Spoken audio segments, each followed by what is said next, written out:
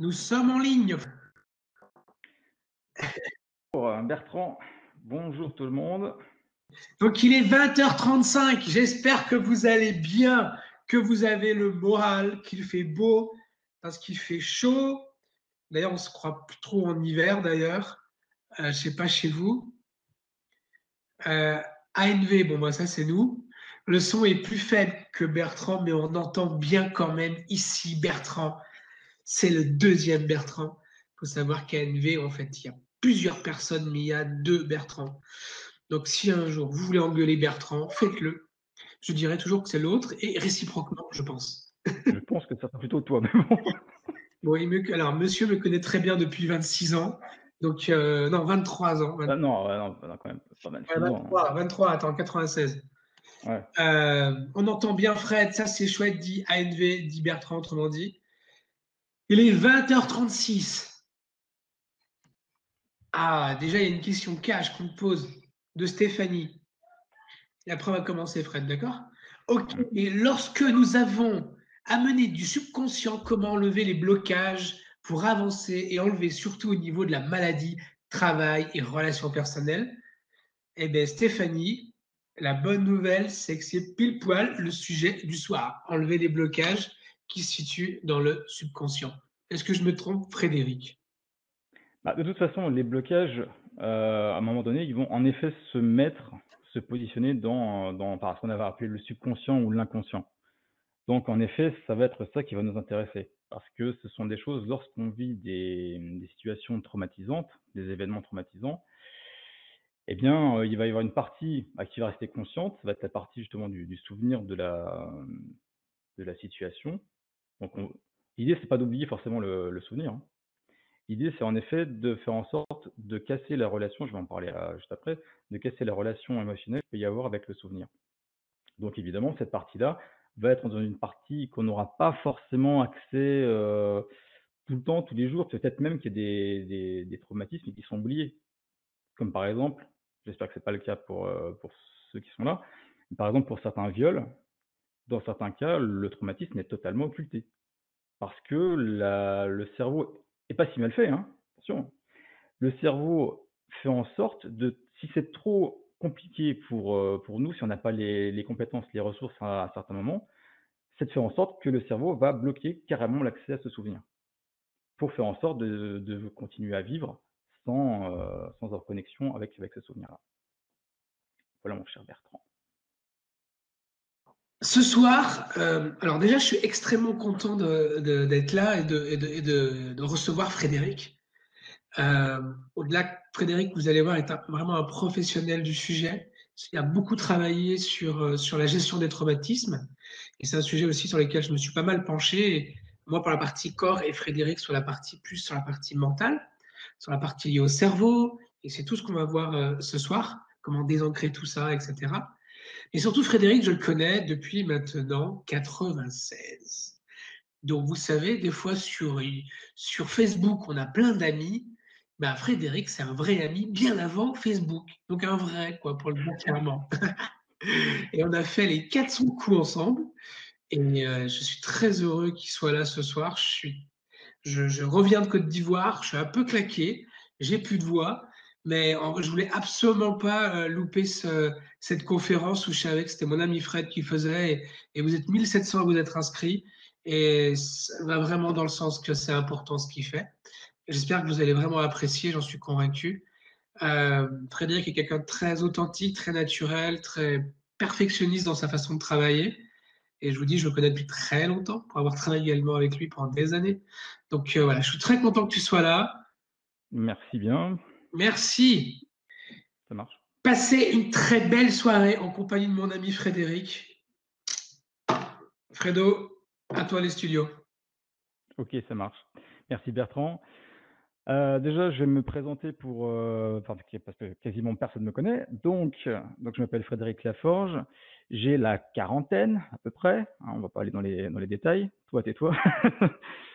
Comme Bertrand, je suis de formation ingénieur généraliste. J'ai une spécialisation en informatique. Alors après, ce qu'on pourrait dire, c'est oui, d'accord, tu es ingénieur et qu'est-ce que tu fais dans ce domaine de la gestion du traumatisme, des troubles anxieux? En fait, c'est quelque chose qui m'intéressait depuis pas mal de temps pour avoir vécu certaines choses et aussi ça m'intéressait de comprendre le fonctionnement du cerveau parce que bon, comprendre un ordinateur, c'est sympa, mais ce qui m'intéressait, c'est de comprendre le fonctionnement du cerveau qui est beaucoup plus complexe et ce qui est aussi intéressant, c'est que c'est le côté irrationnel des choses. Bon, l'ordinateur, on connaît, on voit un petit peu comment ça se passe, mais le cerveau m'intéressait.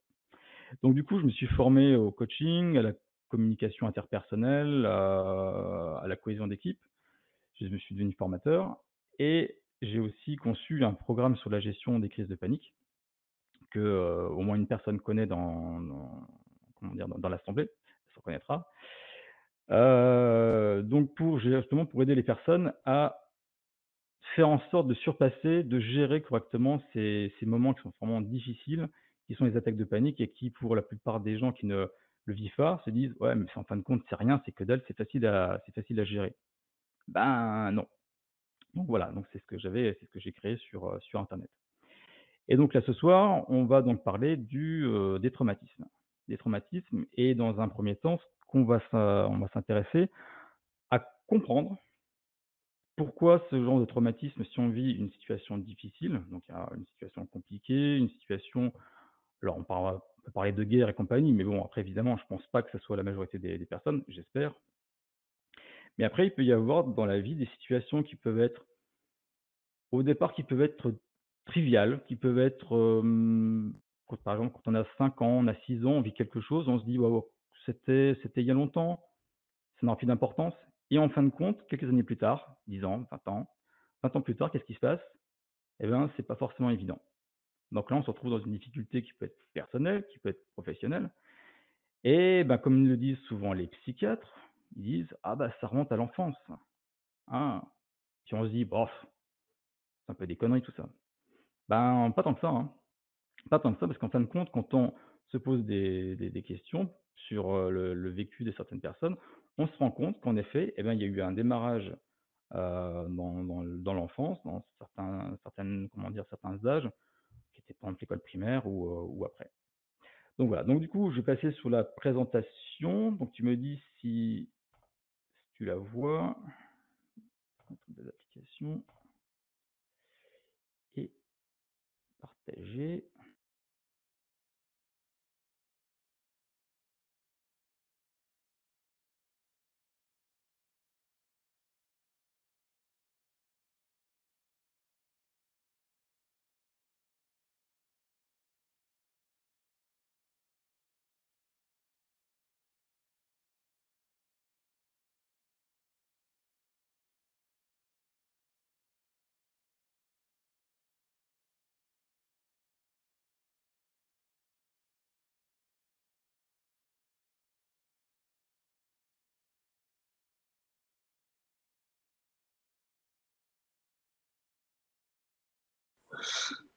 C'est l'épreuve de la soirée, Frédéric. Parlons des traumatismes. Ouais.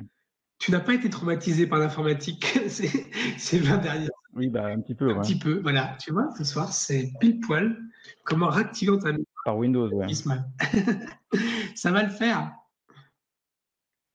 Quand on parle de traumatisme, déjà, il faut distinguer 2 choses.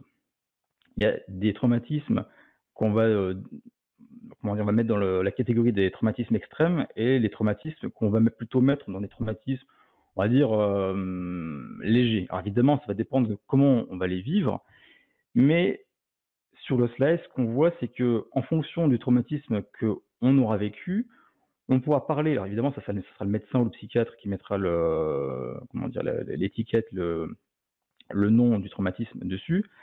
On parlera d'état de stress post-traumatique, donc le SPT, en cas de facteur de stress extrême, qui sera différent de ce qu'on appelle du trouble de l'adaptation. Alors déjà, il faut faire bien la distinction entre le SPT, donc l'état de stress post-traumatique, car vraiment c'est quelque chose qui va arriver dans certains cas qui seront très spécifiques. Par exemple, quand quelqu'un est lié à un attentat, à une guerre, on parle souvent des vétérans du Vietnam. Dans ce cas-là, en effet, ben, les personnes sont vraiment traumatisées, je dirais presque toute leur vie, parce qu'ils ont vu des choses qui étaient vraiment horribles. Ils ont été confrontés à la mort de leurs collègues, de la mort de civils qui étaient à côté d'eux. Donc évidemment, c'est quelque chose qui est très difficile. Alors quand on parle de la mort, on ne parle pas de diagnostic de deuil. Ça, c'est quelque chose qui est différent. On parle vraiment de choses qui sont de l'ordre des choses vraiment très difficiles. Donc il y a cette notion de peur de mourir qui va être relativement présente dans ce cas-là. Et ça peut être aussi lié à quelque chose qui va du style une agression ou un viol, où vraiment il y aurait un risque au niveau de l'intégrité physique. Donc je parle de son intégrité physique. Alors ça, il faut faire une distinction avec le trouble de l'adaptation. C'est-à-dire que là, on sera sur des facteurs de stress qui ne seront pas extrêmes. Par exemple, ça va être des fins de relations sentimentales, des difficultés dans le boulot, des difficultés dans le couple. Après, je ne vais pas tous vous les lister, mais il y a une infinité de choses qui sont possibles. Et je pense que peut-être que chacun d'entre nous, on a vécu un petit ou peut-être plusieurs petits traumatismes, comme je disais au départ, au niveau de l'enfance, par exemple. Je vous prends un exemple, c'est que dans le cadre de 1, 2, 3 pas de panique, j'ai aussi un client, on a échangé récemment, qui ne comprenait pas, et il n'y a pas de jugement derrière, qui ne comprenait pas pourquoi il était, comment dire, il a un poste qui est vraiment de très haut niveau dans une société européenne, donc au niveau direction. Et lui, son job, c'est vraiment la communication. C'est vraiment son truc. Et dernièrement, quand il faisait des présentations en comité, il avait la sensation de ne pas être à sa place, de ne pas être bon. Alors pourtant, c'était vraiment son truc, hein. Et il se disait, mais merde, quoi, comment ça se fait? Comment ça se fait? Pourtant, c'est mon truc, j'adore ça, et je n'arrive pas à le faire. Et en discutant, il a eu un flash. Et là, on parlait au tout départ du subconscient. Eh ben, c'est comme si justement son subconscient ou son inconscient lui avait rappelé qu'à une certaine époque, donc a priori ça datait je sais plus, d'école primaire, je crois, et c'est un événement qui lui est revenu à l'esprit, et il s'est dit, bah tiens, j'ai un flash, j'ai ça. Alors on a discuté, il me dit, mais c'est bizarre quand même. Je vois pas quel est le rapport entre ce petit événement. C'était pas quelque chose de très méchant, en gros, il revenait de l'école, et il y avait des copains, enfin des copains, façon de parler, qui l'avaient parlé bizarrement. Il n'avait pas su comment répondre. Et bien, ce petit traumatisme-là, parce qu'en fin de compte, cette situation-là, il l'avait vécu comme quelque chose de difficile à digérer, et en fonction de l'âge qu'on a, c'est vrai qu'on n'a pas forcément les capacités, les ressources pour digérer ce genre de situation. Donc, dans certains cas, ça peut devenir un petit traumatisme. Alors voilà, donc là, c'était juste pour vous faire la distinction entre l'état de stress post-traumatique et le trouble de l'adaptation. Donc, vous voyez bien qu'il y a une catégorie qui va être standard et la catégorie qui va être vraiment le stress post-traumatique qui va vraiment être quelque chose de très violent. Alors après, les diapos qui suivent, je ne vais pas m'y attarder. C'est juste pour que vous ayez une rapide vision des diagnostics de ces deux catégories-là. Donc tout ce que vous voyez là, en fin de compte, c'est tiré d'un document qui s'appelle le DSM-4. Alors le DSM-4, c'est quoi? C'est un manuel diagnostique des maladies mentales. Donc maladies mentales, évidemment, il peut y avoir la folie, mais il n'y a pas que ça. Dans les maladies mentales, il y a ce qu'on appelle les troubles anxieux. Donc les troubles anxieux, c'est quelque chose que on vit tous, je pense, à un certain niveau. Si vous êtes là, je pense que c'est en effet, vous l'avez vécu à un certain degré. Et donc, pour le stress post-traumatique, on va dire que c'est un stress post-traumatique. Alors évidemment, c'est le médecin ou le psychiatre qui va le dire, hein, c'est pas moi. On va dire que c'est un événement qui va être traumatique si le sujet, donc je lis, hein, a vécu ou a été témoin ou a été confronté à des choses qui vont être très difficiles, comme la mort ou comme si l'intégrité physique de la personne avait été mise en cause. Cette situation-là, il faut qu'elle soit associée avec une peur intense qui va être un sentiment d'impuissance, d'horreur, donc une peur de mourir. Quand on a l'association, et ça retenez bien ça, quand on a l'association de l'événement et de cette peur de mourir, justement, il va y avoir quelque chose qui va se passer. Et dans ce cas-là, dans le stress post-traumatique, il va y avoir quelque chose qui va être aussi très spécifique à cette problématique-là, c'est que cet événement va être constamment revécu. C'est-à-dire qu'en fin de compte, la personne va avoir des rêves récurrents sur ça, enfin, sur l'événement qui l'a traumatisé, va avoir des souvenirs qui vont revenir comme ça sans cesse, alors que bon, on n'y pense pas forcément. Il va y aussi avoir quelque chose qui est de l'ordre que si je me retrouve dans une situation qui ressemble, ou s'il y a quelque chose, quelqu'un, un lieu, à la limite une image, une couleur qui me rappelle cet événement, je vais être reprojeté dans ce traumatisme et donc dans cette difficulté émotionnelle. Donc du coup, ça veut dire qu'il va y avoir de la détresse psychique derrière. Donc, ce qui est vraiment la différence avec le trouble de l'adaptation, c'est qu'il va y avoir une sorte de reviviscence de ce traumatisme qui va être vraiment difficile à vivre. Et aussi, il va y avoir ce qu'on va appeler une réactivation émotionnelle, enfin, non, c'est pas seulement émotionnel, mais c'est au niveau du système nerveux qui va se remettre tout seul en route face à ce genre de situation. Donc, c'est vraiment quelque chose de le plus dur à vivre. Ensuite, ce qui va se passer aussi dans ce cas-là du stress post-traumatique, c'est qu'il va y avoir aussi des changements au niveau des comportements. C'est-à-dire qu'on a vécu un événement qui était vraiment difficile, on va avoir les symptômes qui vont arriver, donc les rêves, etc. Et ensuite, au niveau des comportements, c'est évident, hein, en fin de compte, on va tout faire pour éviter de se remettre dans cette situation-là. Donc, on va avoir nos comportements qui vont changer. On ne veut plus aller dans la situation où on a pu vivre ce genre de traumatisme. Et on va avoir des efforts pour éviter d'y penser, ce qui n'est pas forcément évident. Et on va aussi avoir une réduction nette pour certaines activités qui étaient pour nous importantes. Donc du coup, en fin de compte, on va commencer à se séparer un petit peu de notre vie d'avant, on va se séparer des gens aussi qui n'ont pas vécu ça, et ça va forcément avoir des impacts sur la vie sociale, la vie professionnelle, la vie sentimentale, etc. Et d'ailleurs, on voit qu'il y a aussi la restriction des affects. C'est-à-dire que, par exemple, j'imagine que la plupart de vous avez vécu une séparation sentimentale, et dans certains cas, on n'a plus envie de revivre cette situation-là, parce que c'est difficile. Et justement, quand on a vécu ça, ben, dans certains cas, on se dit, ben, heureusement, c'est pas le cas tout le temps, on se dit, ben, j'ai vécu ça, j'ai plus envie d'y revenir. Donc du coup, c'est comme si on se mettait en inhibition par rapport à ça. Donc il va y avoir des implications au niveau comportemental, vie sociale, etc. Et aussi, évidemment, le sentiment d'avoir un avenir bouché, ce qui est évident, parce que de toute façon, avec ce genre de situation, c'est pas forcément évident d'avancer. Ensuite, il va y avoir, toujours au niveau diagnostic, quelque chose qui va être assez spécifique, qui va être qu'il va y avoir une activation neurovégétative. C'est-à-dire qu'en fin de compte, le traumatisme aura été tellement important qu'en fin de compte, le système nerveux autonome, donc on se rappelle que c'est la partie sympathique et parasympathique, et bien en fin de compte, c'est comme si on avait programmé un petit réflexe qui va fonctionner tout seul.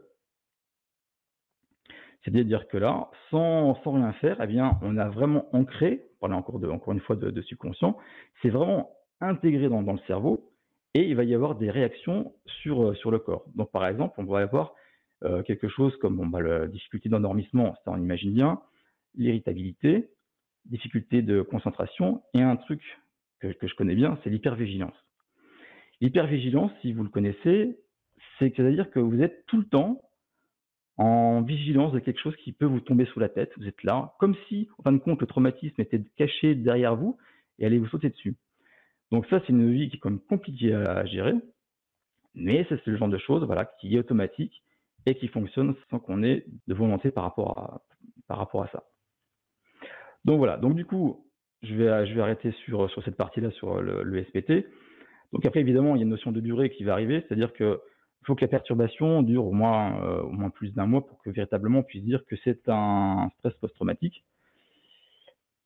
Et sinon, donc, les troubles de l'adaptation. Donc ça sera quelque chose qui sera plus courant, heureusement. C'est-à-dire que là, ça sera plus dans la vie de tous les jours. Mais par contre, eh bien, dans certains cas, on va être face à des situations qui vont être difficiles, qu'on va interpréter comme étant compliquées. Alors là, ça peut être tout et n'importe quoi, là.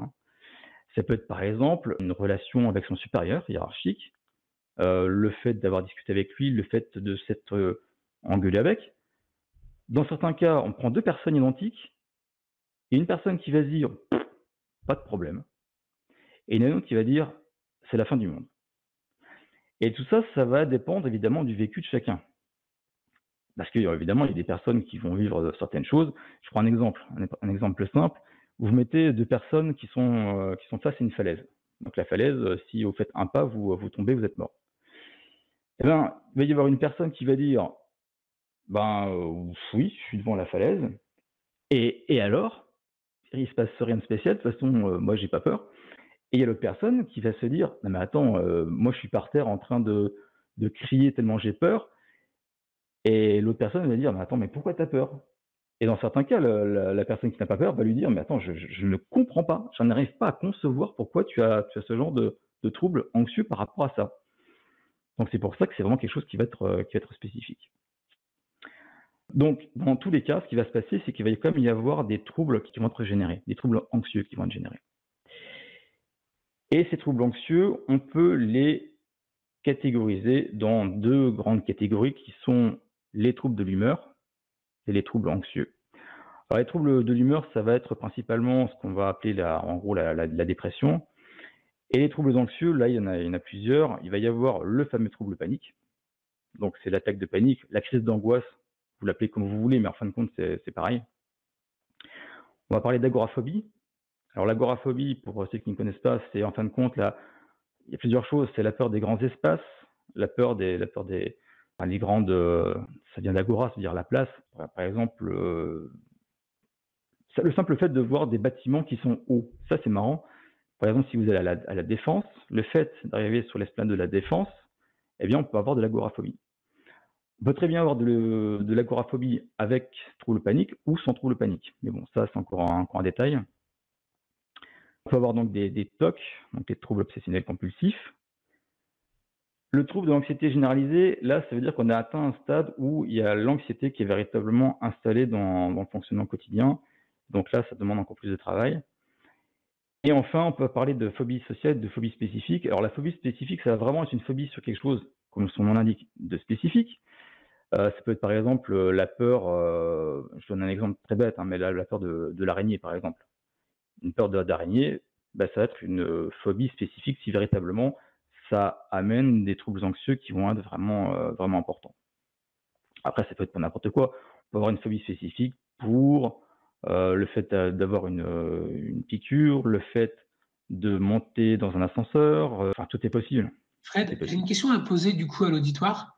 Est-ce que Ouais. ça vous parle? Est-ce que vous êtes vous-même atteint, que ce soit le trouble de l'humeur, enfin un des troubles de l'humeur ou un des troubles anxieux?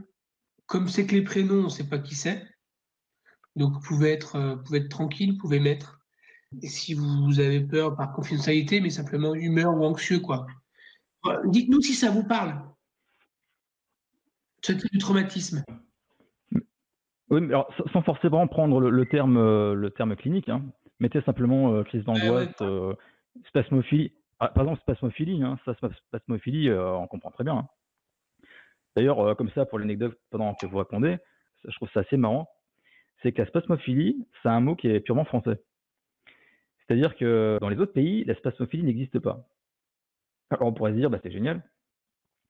Et en fait, je ne sais pas pourquoi, mais en fin de compte, c'est ce terme qui a été retenu en France pour évoquer ce trouble. Enfin, je dis à l'époque, parce que moi je l'ai vécu, donc je sais ce que c'est. C'est qu'en fait, moi, ce qu'on m'avait dit à l'époque, le médecin m'avait dit, c'est un état.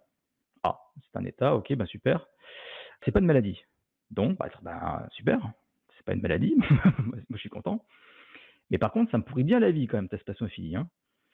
Eh ben oui, donc c'est un état. Et ce qui est marrant, c'est que ce terme-là n'est pas utilisé dans d'autres pays.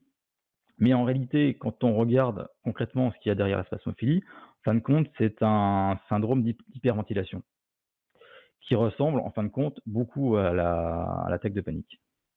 Donc c'est pour ça que quand on parle de spasmophilie ou de crise de tétanie, généralement on n'est quand même pas loin de la crise de panique. Donc Bertrand, est-ce que tu as des réponses qui viennent? Phobie sociale, hypervigilance, anxiété, spasmophilie, anxiété chronique, crise de panique pour l'avion. Heureusement que je l'avais pas aujourd'hui, j'aurais été mal barré sinon. Donc, mais Jessica, c'est un vrai sujet auquel cas. Euh, à l'aller, il y en a un qui a fait une crise de panique dans l'avion d'ailleurs. Alors oui, énormément crise d'angoisse, spasmophilie, agoraphilie pendant plus de 25 ans, mais surtout spasmophilie et crise d'angoisse. Très peur de mettre la tête sous l'eau. Val dit mon fils Ouais. souffre avec troubles de l'anxiété générale, phobie sociale, agoraphobie, troubles paniques. Et la médecine, évidemment, ne trouve rien, alors que tout est OK en termes d'analyse. Évidemment, ça ne se trouvera pas sur l'analyse biologique. Alors, je réponds comme je réponds à Il y en chaque a plein fois qui pour écrivent mes. là-dessus. On est vraiment sur le sujet. D'accord. Alors, je vais juste faire une petite réponse parce que ça, bon, c'est super intéressant ce que vous dites. Parce que là, c'est typiquement moi, enfin, c'est mes clients par rapport à ça, c'était typiquement toujours les mêmes choses. Alors, Élise, qui est parmi nous, pour en témoigner. C'est-à-dire qu'en fin de compte, c'est toujours pareil. C'est-à-dire que, enfin, quand je dis que toujours pareil, dans la plupart des cas, attention, hein, mais c'est qu'il y a toujours cette peur qui est incontrôlable, qu'on se dit, mais je suis fou, etc. Enfin, je ne vais pas revenir sur les symptômes parce que bon, on pourrait encore en parler des heures.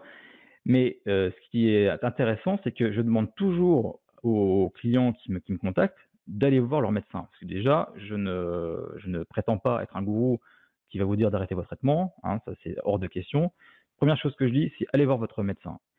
S'ils sont allés voir leur médecin, je leur demande le résultat, et dans 99% des cas, c'est mes tests cardiaques sont top, mes tests respiratoires sont top, mes tests sanguins sont top, etc. Bon, il y en a qui ont carrément fait des électrocardiogrammes. Tout est parfait. Et évidemment, comment on fait maintenant? Parce qu'en fin de compte, le corps va bien, ce qui est une très bonne nouvelle, attention, hein. Parce que dans certains cas, il y a certaines maladies qui peuvent provoquer des attaques de panique. Et ça, c'est encore autre chose. Mais dans la plupart des cas, c'est mon corps va bien. Bon, super, on fait comment? C'est là où il va falloir passer à une activité qui va être complémentaire à la partie médicale, parce qu'il ne faut pas arrêter le traitement que vous a donné votre médecin. Ça, c'est la dernière des choses à faire. Mais après, c'est de travailler sur vous-même avec des techniques qui vont être complémentaires. Alors, maintenant que tout ça est posé, donc, écoutez, c'est impeccable. Enfin, quand je dis c'est impeccable, je dis pas que c'est génial que vous ayez des crises de panique, hein, attention, hein. Parce que bon, je sais ce que c'est. Enfin, je l'ai vécu, je sais ce que c'est, je sais à quel point c'est l'horreur. Ça peut nous pourrir la vie pendant des années, parce qu'on peut se dire que ça peut durer quelques mois. C'est le cas, hein, dans certains cas, il y a des médecins ou des psychiatres. Je ne critique en aucun cas le corps médical, loin de là. Mais dans certains cas, on peut vous dire que ça va durer quelques mois. Ce qui est vrai, hein, dans certains cas, heureusement, ça ne dure que quelques mois. Mais dans d'autres cas, ça peut être plus long. Donc évidemment, je ne vous le souhaite pas. Mais dans certains cas, c'est-à-dire qu'il va falloir travailler sur un autre angle, en plus de la partie médicamenteuse, si on vous a prescrit certaines choses. Alors maintenant, on va revenir sur la partie qui va être maintenant, on va rentrer dans le cœur du problème. Il faut déjà que vous compreniez comment ça se fait que ce foutu traumatisme, il va nous embêter pendant pas mal de temps.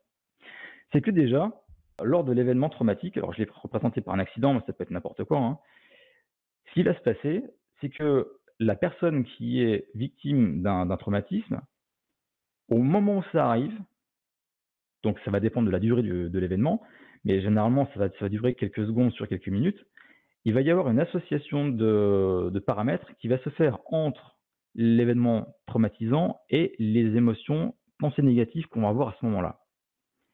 Et là, ça va être en fait vraiment une association. Donc c'est symbolisé par le petit plus qui est représenté entre les deux photos.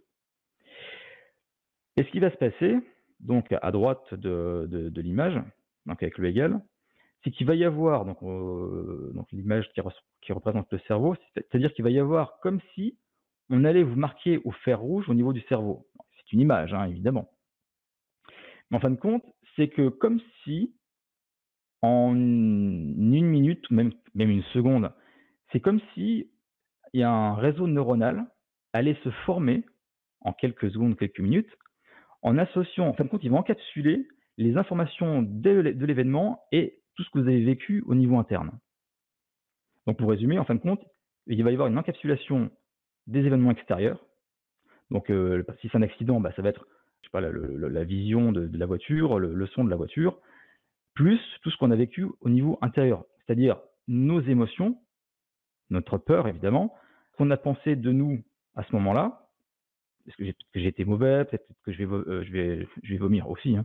Peut-être que je vais mourir, et tout ça, en fin de compte, ça va créer une petite, capsule. Donc je l'ai représentée sous la forme de petite tache rouge, qui va représenter comme un petit programme qui va s'insérer au niveau du cerveau, et tout ça, ben, c'est-à-dire ça va être comme un apprentissage. Alors là, au moment que je vous dis ça, vous allez me dire: «Un apprentissage, qu'est-ce qu'il nous raconte là?» Eh ben, c'est comme si, par exemple, vous aviez appris à faire du piano, c'est comme si vous deveniez un génie en piano en une fraction de seconde. Le problème, c'est qu'en fin de compte, c'est pas le piano. Le truc, c'est qu'en fin de compte, vous êtes devenu un expert dans le traumatisme que vous avez vécu. Ça serait génial, hein, de pouvoir apprendre le piano comme ça, de dire: «OK, on a un claquement de doigts, tac, je peux devenir un génie, en piano, à faire tout ce que je veux». Pour le piano, c'est compliqué. Mais en fin de compte, c'est ce qui va se passer. C'est-à-dire que le circuit neuronal, en fin de compte, va devenir une autoroute. Ce ne sera pas le petit circuit neuronal perdu au fin fond de la campagne. Non, non, non. C'est-à-dire que si on veut le retrouver, si le cerveau veut le retrouver, c'est pas compliqué, c'est comme s'il y avait un gros bouton rouge où on dit: «Voilà, je sais où appuyer, et quand je vais appuyer dessus, il va se passer quelque chose de négatif et vous allez revivre ce qui s'est passé au niveau du traumatisme». Alors, on parlait du VACOG. Alors le VACOG, pour ceux qui ne connaissent pas, c'est un acronyme qui veut dire visuel, auditif, kinesthésique, olfactif et gustatif. En fin de compte, c'est que, et au niveau de l'événement traumatique, notre cerveau va capter pas mal d'informations, enfin des milliards d'informations en fin de compte, en quelques secondes, et c'est ces informations du VACOG, donc ce que j'ai vu du traumatisme. Par exemple, si on prend la voiture, bah, par exemple, en effet, j'ai vu alors, je vais prendre mon exemple à moi, même si je vais en parler après. C'est-à-dire que moi, j'ai été victime d'un accident de la route quand j'étais en cinquième. J'étais sur un passage piéton, donc j'allais traverser. Alors, c'est important de dire que j'étais sur un passage piéton parce que après, moi, mon accident est passé dans le journal, et le journaliste a dit que j'étais en dehors du passage clouté. Non, monsieur le journaliste, j'étais sur le passage piéton, mais quand je me suis pris la voiture sur le côté, j'ai été éjecté de 5 mètres. Donc ce n'était pas ma faute, monsieur le journaliste. Voilà, ça c'était juste une parenthèse. Mais ce qui s'est passé, donc je me suis fait renverser par une voiture. Et c'est vrai que j'ai des images de ça. J'ai pas de son, moi, par exemple. J'aurais pu avoir un son, mais j'ai pas du tout de son dans mon souvenir. J'ai juste une image où je me vois voler au-dessus du capot de la voiture, et c'est tout. Par contre, dans certains cas, il y a des personnes qui vont retenir une lumière, par exemple, les phares de la voiture. Il y a d'autres qui vont retenir le coup de frein, par exemple.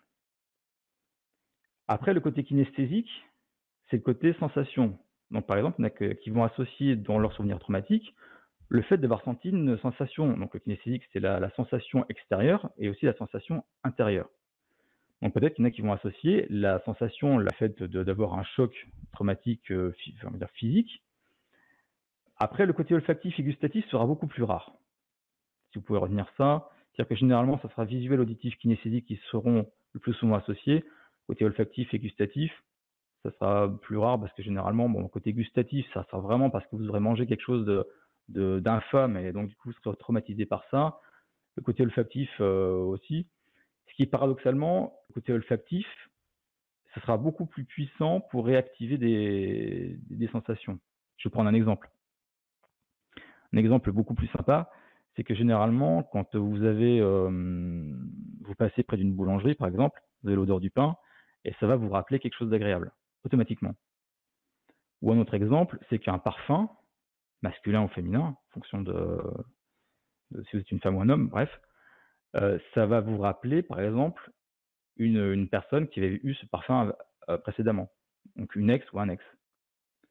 Dans le côté négatif, c'est que, par exemple, un parfum peut vous rappeler quelqu'un que vous n'appréciez pas.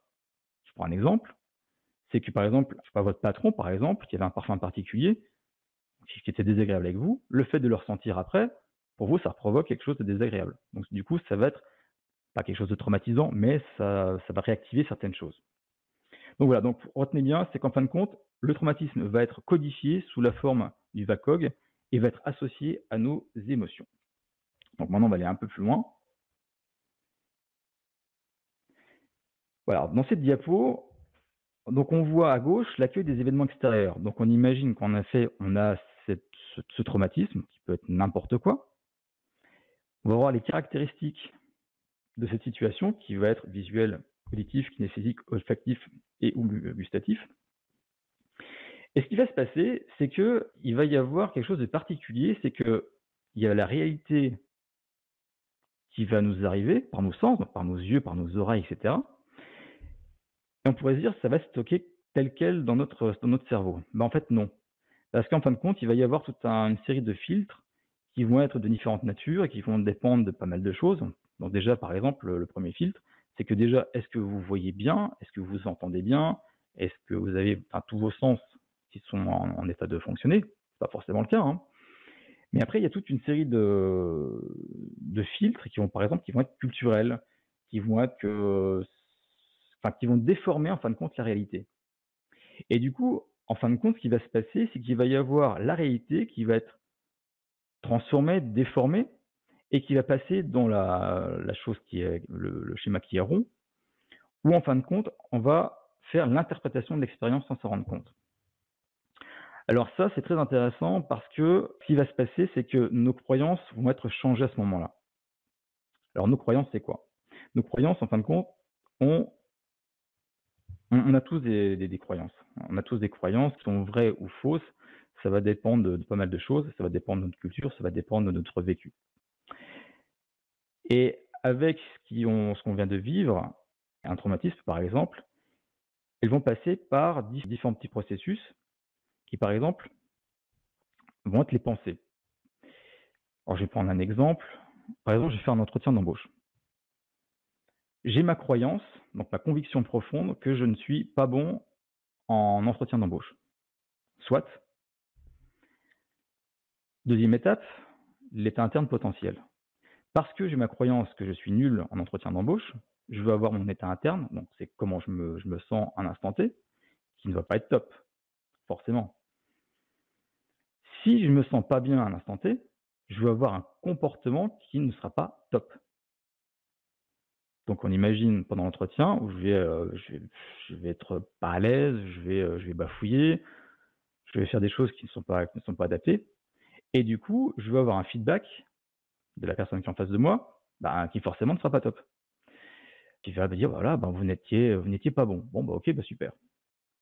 À l'inverse, on peut très bien avoir un comportement qui ne sera pas top et qui la personne qui est en face de nous va nous dire vous étiez super. Ah bon? Et à la fin de ça, ce qui se passe, c'est que le feedback de notre environnement va mettre à jour notre croyance. Si en effet, la personne qui était en face de moi m'a dit que j'étais nul, ça va renforcer ma croyance négative. Donc je dis, en fin de compte, c'est vrai, j'étais nul, donc je suis nul et je serai toujours nul. Par contre, si j'ai eu un retour qui était positif, là, par contre, ma croyance négative va diminuer. Donc c'est pour que vous compreniez bien un petit peu cette notion d'interprétation d'expérience qui va être vraiment différente en fonction de chacun, en fonction du vécu, en fonction du passé de chacun. Mais un traumatisme va aussi rentrer là-dedans. Et du coup, tout ça va avoir un impact sur ce qu'on appelle la carte du monde. Alors la carte du monde, c'est quoi? C'est notre représentation personnelle de la réalité. C'est-à-dire que la réalité, elle est ce qu'elle est. C'est-à-dire qu'on on sait qu'on habite sur Terre, que la Terre est ronde. Alors normalement, j'espère que vous savez que la Terre est ronde, que vous ne faites pas partie des gens qui pensent que la Terre est plate. Ça, c'est une croyance, hein. Ça, c'est une des grosses croyances qui perdure encore. C'est-à-dire qu'il y a certaines personnes qui croient que la Terre est plate. Donc ça, c'est leur représentation du monde. Bon. Donc notre carte du monde, c'est notre représentation personnelle et subjective de ce qu'on a vécu. Et notre carte du monde, en fin de compte, contient quoi? Elle contient des croyances et des valeurs. Alors des valeurs, c'est quoi? C'est ce qui est important pour soi. Et des croyances, ce sont vraiment des convictions personnelles. Donc, quand on est face à un traumatisme, le problème, c'est que sur cette diapo, c'est qu'il va y avoir une modification de notre carte du monde. Et c'est ça qui est problématique, parce que du coup, ça va avoir une incidence après sur notre vie sur la suite. Et donc sur la diapo suivante, donc c'est une représentation avec une image. Alors c'est juste pour l'exemple, pour que vous compreniez bien la chose, c'est-à-dire que la phrase «la carte n'est pas le territoire», ça veut dire quoi? Ça veut dire qu'on vit dans un univers où il y a donc, on est sur Terre, on est dans un système solaire, il y a des planètes, et cetera. Bon, il y a plein de choses qu'on connaît, mais il y a énormément de choses que l'on ne connaît pas. Même Einstein et tous les grands physiciens ne peuvent pas vous expliquer la totalité du fonctionnement de l'univers. Les physiciens y travaillent, mais pour l'instant, on n'est pas capable de tout expliquer. Et alors nous, après, quand on est dans la vie quotidienne, on n'est pas capable de tout expliquer non plus. C'est pour ça qu'en fin de compte, même si le territoire, donc c'est notre environnement, notre carte à nous, qui représente le territoire, en fin de compte, ça sera juste une microscopique représentation de ce qui nous entoure. Des fois, notre carte sera cohérente avec l'environnement, dans d'autres cas, elle ne sera pas adaptée. Donc, dans le meilleur des cas, c'est d'avoir véritablement une carte qui soit la plus, je dirais, la plus cohérente avec l'environnement, ce qui n'est pas forcément toujours évident. Et donc l'image, pourquoi cette image-là? C'est qu'en fait, vous avez reconnu donc, le planisphère de la Terre, et donc c'était la vision de la Terre il y a, c'était avant Jésus-Christ. Et là, vous vous dites, bon, il y a un problème quand même. Enfin, il y a au moins deux problèmes. C'est-à-dire que bon, si vous reconnaissez où se trouve la France, l'Espagne, l'Afrique, bon, l'Asie, vous dites, il manque quand même le continent américain et l'Océanie. Au moins. Bon, puis je vous parle pas de toutes les petites îles à côté. Comme.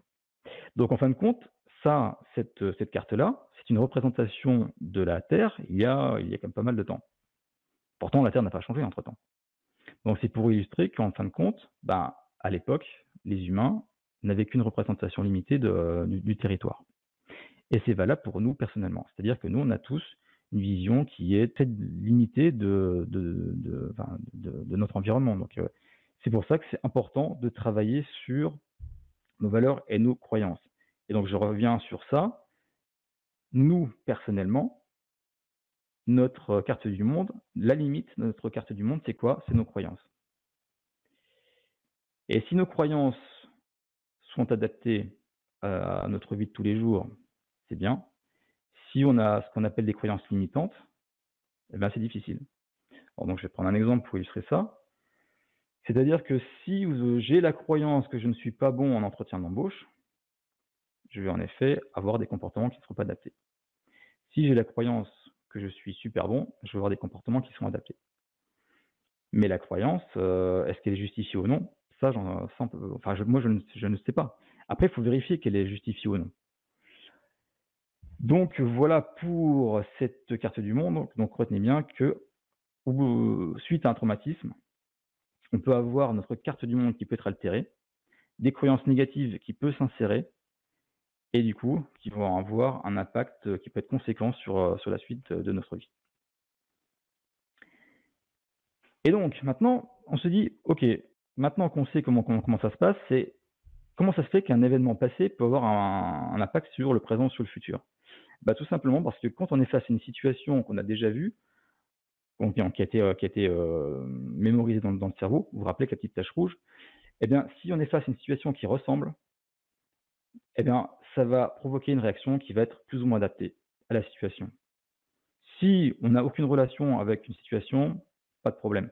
Si on a eu une situation qu'on a vécue par exemple comme un ascenseur, c'est la diapo suivante, on a été coincé dans un ascenseur, j'ai reprogrammé ma carte du monde et je sais qu'un ascenseur peut être dangereux pour moi. Donc, si je me remets dans une situation où je suis dans un ascenseur, systématiquement, je vais avoir peur et je vais avoir une réaction qui ne serait inadaptée. Pourtant, en fin de compte, l'ascenseur, il n'a pas de pouvoir surnaturel. Je vais un peu plus vite par rapport à ça. L'ascenseur n'a pas de pouvoir surnaturel sur nous. C'est-à-dire qu'il n'est pas en capacité de nous dire « ouais, tu vas avoir peur, tu vas avoir peur ». Non, c'est pas ça. C'est-à-dire que c'est notre carte du monde, donc là qui est représentée par le cercle bleu. Et c'est parce qu'on a comme un registre, en fin de compte, de peur, qui connaît, en fin de compte, que l'ascenseur peut être dangereux pour nous. Dans l'exemple, l'araignée, ben non, ça va. L'araignée, ça va, je gère, j'ai pas de problème. Le vide, je n'ai pas de problème. On peut parler d'autre chose, on peut parler de l'agoraphobie. Bah tiens, si je suis sur une grande place, je n'ai pas peur, etc., etc., etc. Et ce qui va se passer, c'est que quand je suis dans la situation, la partie inconsciente va être mise en activité comme un réflexe pour reproduire une sensation multisensorielle qui va arriver. Et donc, du coup, on va ressentir les mêmes sensations qu'on avait eues à un instant où on avait vécu le traumatisme. Et là, on pourrait se dire, mais c'est dingue, quoi. J'ai ce réflexe-là qui se met en route et je revis exactement ce que j'ai vécu à l'époque. Bah oui, c'est bien le problème, et c'est ce qu'on appelle le réflexe conditionné. Donc, suite à ça, on pourrait se dire, ok, le réflexe conditionné, super. Mais c'est super intéressant, pourquoi? Parce que quand on sait ça, c'est-à-dire qu'on va pouvoir retravailler dessus. Parce que je vous explique les choses d'un point de vue théorique, mais je donne aussi les bases sur lesquelles on va pouvoir travailler derrière. Et c'est ça qui est important. Autre chose, c'est que le cerveau ne fait pas la différence entre le passé, le futur et le réel imaginaire. Alors là, vous allez me dire, oula, qu'est-ce qu'il raconte? On va prendre des exemples concrets. Par exemple, si on parle du futur, je pense que tout le monde a passé un examen comme le bac, le brevet, des partiels, etc. Généralement, souvent, quand on se projette sur cet événement-là, on a peur. Pourtant, il n'est pas encore arrivé, ce qui sera dans le futur. Donc, comment ça se fait qu'un événement qui n'est pas encore arrivé nous provoque une sensation désagréable, anxieuse, tout de suite maintenant? C'est bizarre. Un autre exemple, c'est le fait de repenser à un événement passé, et ce qui est important, c'est de voir qu'il est définitivement terminé. Donc, c'est-à-dire qu'il n'a plus d'impact sur soi. Eh ben, il peut avoir quand même un impact au niveau émotionnel dans le présent, dans le futur. Donc là, j'ai pris l'exemple classique qu'on utilise en formation, qui est les attentats du 11 septembre 2001 à New York. Alors, plus le temps passe et moins on se sent concerné, évidemment. Mais en fin de compte, c'est pas évident. Par exemple, moi j'ai revu des reportages là-dessus il n'y a pas longtemps. Le simple fait de revoir les images, ouais, ça m'a quand même fait quelque chose, quoi. Ça m'a fait quelque chose. Et d'ailleurs, je vais vous poser une petite question simple, c'est que pour le 11 septembre 2001, est-ce que vous savez où est-ce que vous étiez ce jour-là? Est-ce que vous vous rappelez le 11 septembre 2001 où vous étiez? Est-ce que vous faisiez? Oui, globalement, tout le monde s'en souvient. À part deux, trois, tout le monde s'en souvient très bien. Alors après, ce qui est intéressant avec ça, c'est que si certaines personnes ne s'en souviennent pas, c'est pas grave. Et tant mieux, je dirais. Parce qu'en fin de compte, quand j'ai posé plusieurs fois la question, j'ai remarqué quelque chose d'assez étonnant. C'est-à-dire que ça dépendait véritablement de là où se trouvait la personne. Par exemple, les personnes, enfin une amie qui se trouvait en Guadeloupe ou en Martinique, elle, ça l'avait pas du tout choquée. Enfin, quand je dis pas choquée, ça l'avait pas traumatisée. Enfin, c'était pas pour elle un jour compliqué pour elle à gérer, quoi. Moi, j'étais à Paris et j'étais, entre guillemets, traumatisé. Enfin, moins évidemment qu'à New York, mais j'ai été traumatisé parce que je me suis dit, à ce moment-là, quand j'étais à Paris, on ne savait pas ce qui allait se passer. Et on s'est dit à plusieurs personnes, on risque aussi à Paris de se prendre quelque chose à ce moment-là, le jour-là. Donc c'est aussi pour ça que moi, je l'ai plus ou moins mal vécu. Mais par contre, c'est vrai qu'il y a certaines personnes dans certaines situations ou dans d'autres endroits, dans d'autres situations de la vie, qui n'ont pas forcément de souvenirs vraiment difficiles par rapport à ça. Par contre, si je vous pose la question, qu'est-ce que vous faisiez, je sais pas, le 2 avril 2002, là, par contre, je suis moins sûr que vous saviez ce que vous faisiez à l'époque-là. Et enfin, pour finir cette diapo, c'est quand je vous disais que le cerveau ne fait pas la différence entre le réel et l'imaginaire, bah, je vais simplement vous demander d'imaginer de mordre dans un morceau de citron. Alors, imaginez, là, vous avez un gros morceau de citron que vous croquez à pleines dents, vous mettez dans votre bouche et vous croquez à pleines dents. Et dites-moi ce qui vous arrive. Normalement, vous ne tombez pas dans les pommes, hein. Normalement, c'est immédiat. Vous devez avoir une sensation, de toute façon la réponse elle est marquée, mais il doit y avoir une sensation immédiate qui doit se produire. Alors, je sais pas, Bertrand, est-ce que tu as des réponses? Oui, le citron, ça marche toujours. Burk, c'est acide, etc. Ouais, ce qui fait que, ce que je veux souligner, c'est qu'en fin de compte, c'est que pourtant, vous n'avez pas de citron dans la bouche. Donc, en fin de compte, le simple fait de penser à quelque chose peut vous provoquer une sensation dans la bouche. Bon, parce que normalement, on doit avoir la salive qui doit arriver, alors qu'en fin de compte, on n'a pas de citron. Ce qui est assez, je dirais, c'est assez bizarre. Mais bon, c'est ce qui montre en fait que le cerveau ne fait pas la différence entre le passé et le futur et le réel et l'imaginaire. Et puis pour finir, on va faire une petite expérience. Je vais vous donner un début d'outil qui s'appelle la dissociation. Alors la dissociation, c'est quoi? C'est un petit peu comme l'expression prendre du recul. Et je vais vous parler de ce qu'on appelle les positions de perception en PNL, en programmation neurolinguistique. Les positions de perception, il y en a 3. Il y a la première position qui est le fait de vivre la situation, donc on va appeler l'acteur de la situation. On va avoir la deuxième position de perception qui va être le fait de se mettre à la place de l'autre, donc de vivre en gros qu'est-ce que vit l'autre en face de moi, et la troisième position qui est l'observateur. Alors je vais prendre un exemple, c'est que par exemple je sais pas, vous engueulez avec quelqu'un. Pour X raisons, on s'en fout un peu. Vous engueulez avec quelqu'un. Donc, quand vous êtes acteur, vous avez un certain ressenti, vous avez certaines idées, vous avez certaines idées par rapport à l'autre. Vous avez peut-être que vous ne l'aimez pas. Là, on pourrait très bien vous demander de dire voilà, maintenant ce qu'on va faire, c'est que tu vas te mettre à la place de l'autre personne avec qui tu t'es engueulé. Donc voilà, ça c'est un petit travail rapide. On se dit tiens, bah oui, je me mets à la place de l'autre, ok. Ben, en te mettant à la place de l'autre, qu'est-ce que tu penses de cette engueulade? Ah bah écoute, en fin de compte, ouais, c'est vrai que je suis plus comme si j'étais l'acteur. En fin de compte, je me rends compte que c'est différent. C'est certaines choses qui apparaissent, des choses qui sont moins importantes, d'autres plus importantes, etc. Ce qui veut dire qu'en fin de compte, on a une autre appréciation de la situation. Et la troisième position, qui est la position de l'observateur, qui est justement un observateur qui voit la situation, qui voit l'engueulade. Et quand on se met à la place de l'observateur, on pourrait se dire ah bah tiens, j'ai pas du tout la même vision de l'engueulade. J'ai une vision qui est à distance évidemment parce que je suis loin et je n'apprécie pas les choses de la même façon. Donc voilà, c'était juste pour vous expliquer ce que c'était que les positions de perception. Vous pouvez vous amuser à faire ça pour certaines choses de la vie quotidienne, ça marche pas mal. Mais pour l'exercice que je vais vous demander de faire, c'est de vous rappeler une situation désagréable que vous avez vécue. Alors, la situation désagréable, ne me prenez pas quelque chose de trop difficile.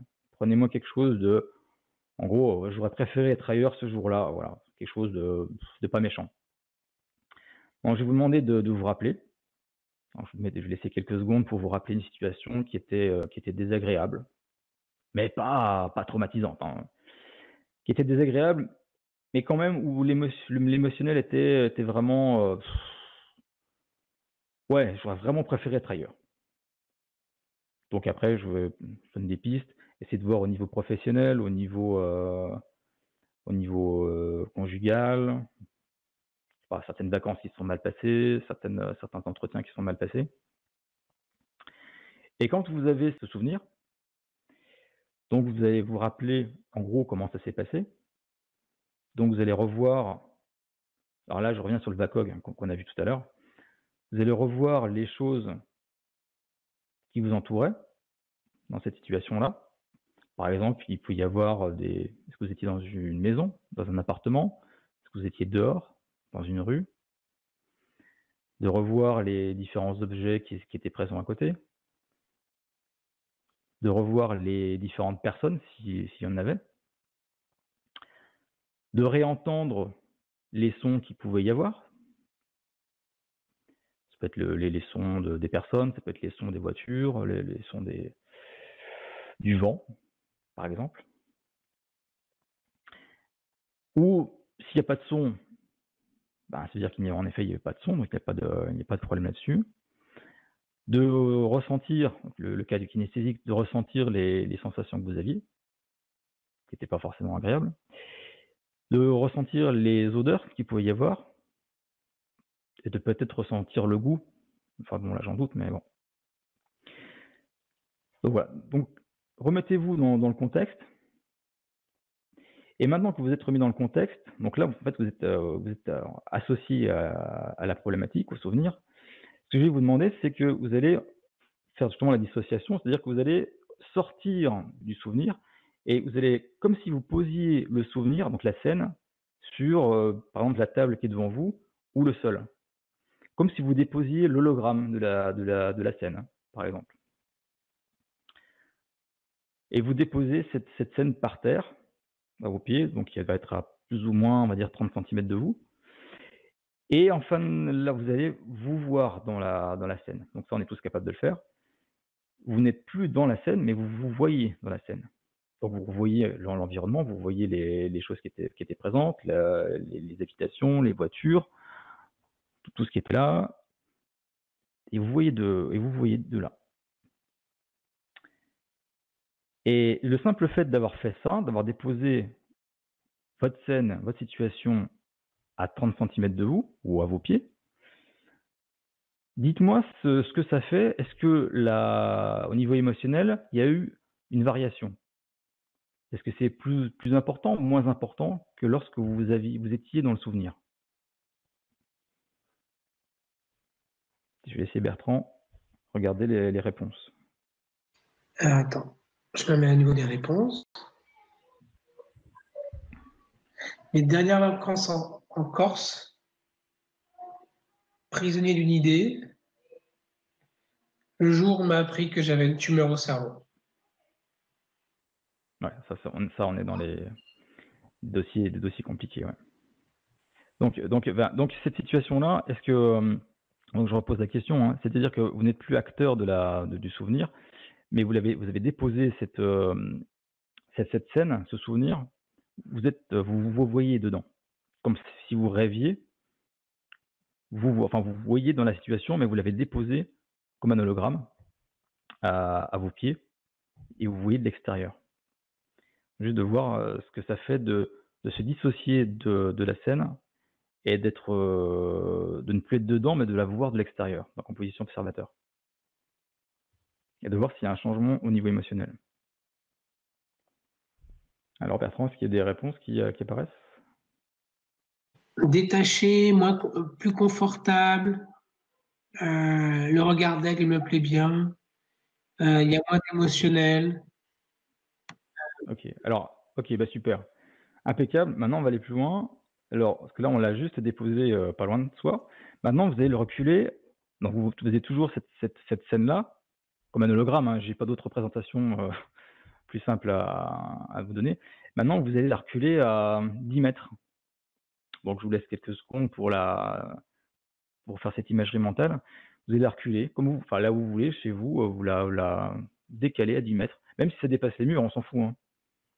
Vous pouvez la mettre à 10 mètres, 15 mètres, en gros, quoi.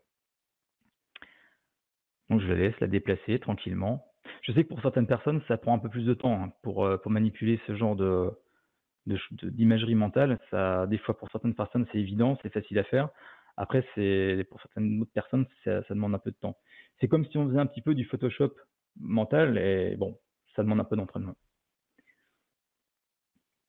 Donc je répète, vous avez cet hologramme qui est à peu près à 10 mètres. Et même question, à 10 mètres, qu'est-ce que ça fait de voir cette scène plus loin? Donc je vous laisse répondre tranquillement. De le faire, de déplacer votre scène, toujours en vous voyant à l'intérieur. Donc enfin, forcément, la scène devient de plus en plus petite. Vous aussi, vous devenez de plus en plus petit. Je ne sais plus ce qui se passe, de quoi il s'agit. Détachement, distance. Mmh. Peut-être qu'il dit qu'elle connaît déjà cet outil. Super.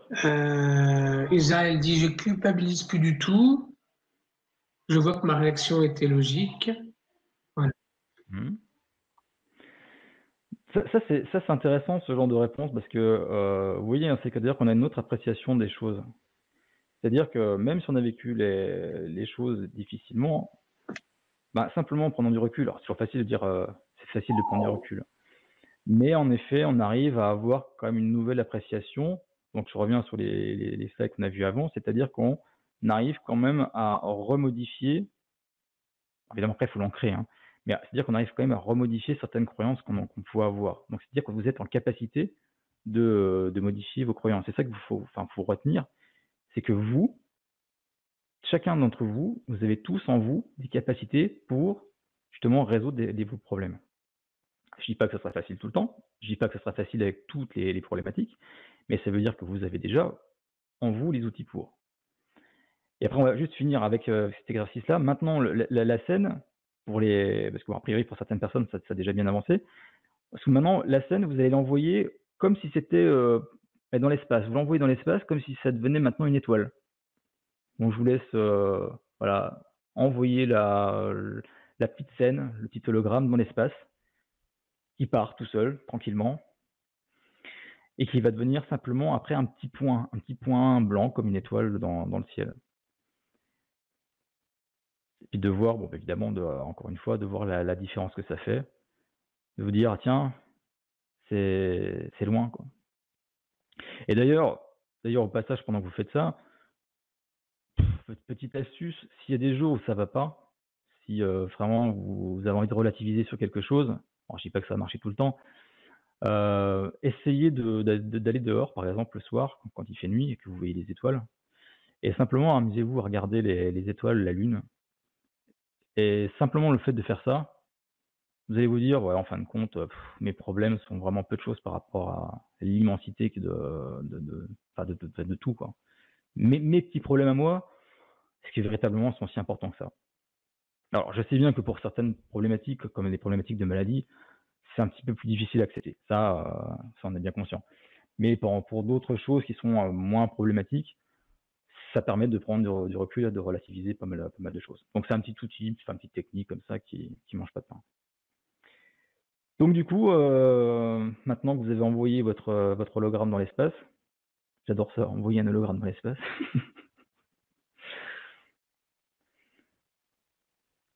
De voir là maintenant ce que vous ressentez par rapport à ce souvenir qui vous était désagréable. Un ballon plein de pensées. Super cet envoi dans l'espace. Je vais essayer d'utiliser la méthode pour éloigner des scènes très douloureuses et traumatisantes de mon enfance. Linda dit Bah, plus je passe l'hologramme loin, plus l'émotion s'éloigne elle aussi, jusqu'à devenir sans importance. ok, bah super. Donc vraiment c'est ça. Donc oui, hein, c'est que cette notion de dissociation, ça paraît rien, mais ça peut permettre de faire pas mal de choses dans certains cas. Donc retenez-le bien. Après il y a des techniques qui vont plus loin sur la dissociation. Là c'est juste l'apéritif par rapport à ça, mais après on peut aller beaucoup plus loin justement en utilisant le principe là. Et après donc là maintenant je passe sur en gros maintenant la stratégie pour déprogrammer la mémoire traumatique. Je parle de déprogrammation parce que vous avez bien vu comment ça se passait, c'est-à-dire qu'il y a un instant T, au moment du traumatisme, une sorte de programmation, une sorte d'installation d'un petit programme, comme sur Windows en fin de compte, qui va s'installer dans le cerveau, et on aimerait bien l'enlever, ce petit programme. C'est pour ça que j'aime bien parler de déprogrammation. Parce que je considère qu'en effet, c'est un peu ça, c'est-à-dire qu'il y a des neurones qui sont connectés entre eux, donc du coup, on aimerait bien justement recasser ces relations. Alors l'idée, donc vous l'avez vu, on a parlé du réflexe conditionné, qui était l'association entre le traumatisme et notre ressenti. L'idée, ce n'est pas de supprimer le souvenir. Le souvenir, vous l'aurez toujours. Et moi, je considère qu'il ne faut pas le supprimer, le souvenir. Il faut vivre avec. Il faut l'oublier, ça serait une erreur. Par contre, il faut casser la relation émotionnelle que l'on a avec le souvenir. Après, l'idée, c'est d'avoir ce souvenir qui devienne un souvenir totalement neutre. C'est-à-dire, on y repense, on se dit, bah ouais, c'était pas gay, ouais, c'était pas top, c'est vrai.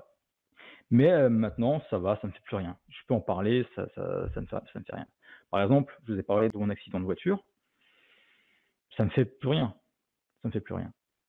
Par contre, je vous ai pas expliqué, non, oui, il y a une chose que je vous ai pas expliqué sur mon accident de voiture. C'est-à-dire que ce qui s'est passé, c'est que quand je suis allé à l'hôpital, bon, je vous la fais courte, hein. Je suis allé à l'hôpital, bon, j'ai rien de spécial, vous inquiétez pas. En fait, j'ai plus défoncé la voiture que voilà, la voiture qui sortait de chez le carrossier, pour l'anecdote. Bon. Je suis resté quelques semaines sans pouvoir courir. Bon, c'est le jeu, hein, ma pauvre Lucette. Et après j'ai pu aller, en ville. Et là, il s'est passé un truc bizarre. C'est-à-dire que je suis allé en ville, OK, bon, bah, je marchais tranquille et je suis arrivé à un feu. Un feu, donc un passage piéton, important, le passage piéton et il y avait un feu. Bon, bah, j'attends le feu, le petit bonhomme vert et au moment où c'est passé au vert, j'ai voulu avancer sur le passage piéton et là, il y a mon cerveau, mon corps, qui n'a pas voulu avancer. C'est-à-dire que j'avais jamais ressenti cette sensation-là. Puis même d'ailleurs, je crois pas que je l'ai ressenti. C'est-à-dire que mon corps ne répondait plus, il ne voulait plus avancer. Et là, sur le coup, je me suis dit: «Waouh, mais qu'est-ce qui se passe?» En plus, j'étais en 5e, hein, donc ça remonte quand même à loin et j'ai eu cette expérience bizarre qui était que mon cerveau, donc la partie, du cerveau, le système nerveux autonome, qui a dit: «Non, tu ne traverseras pas».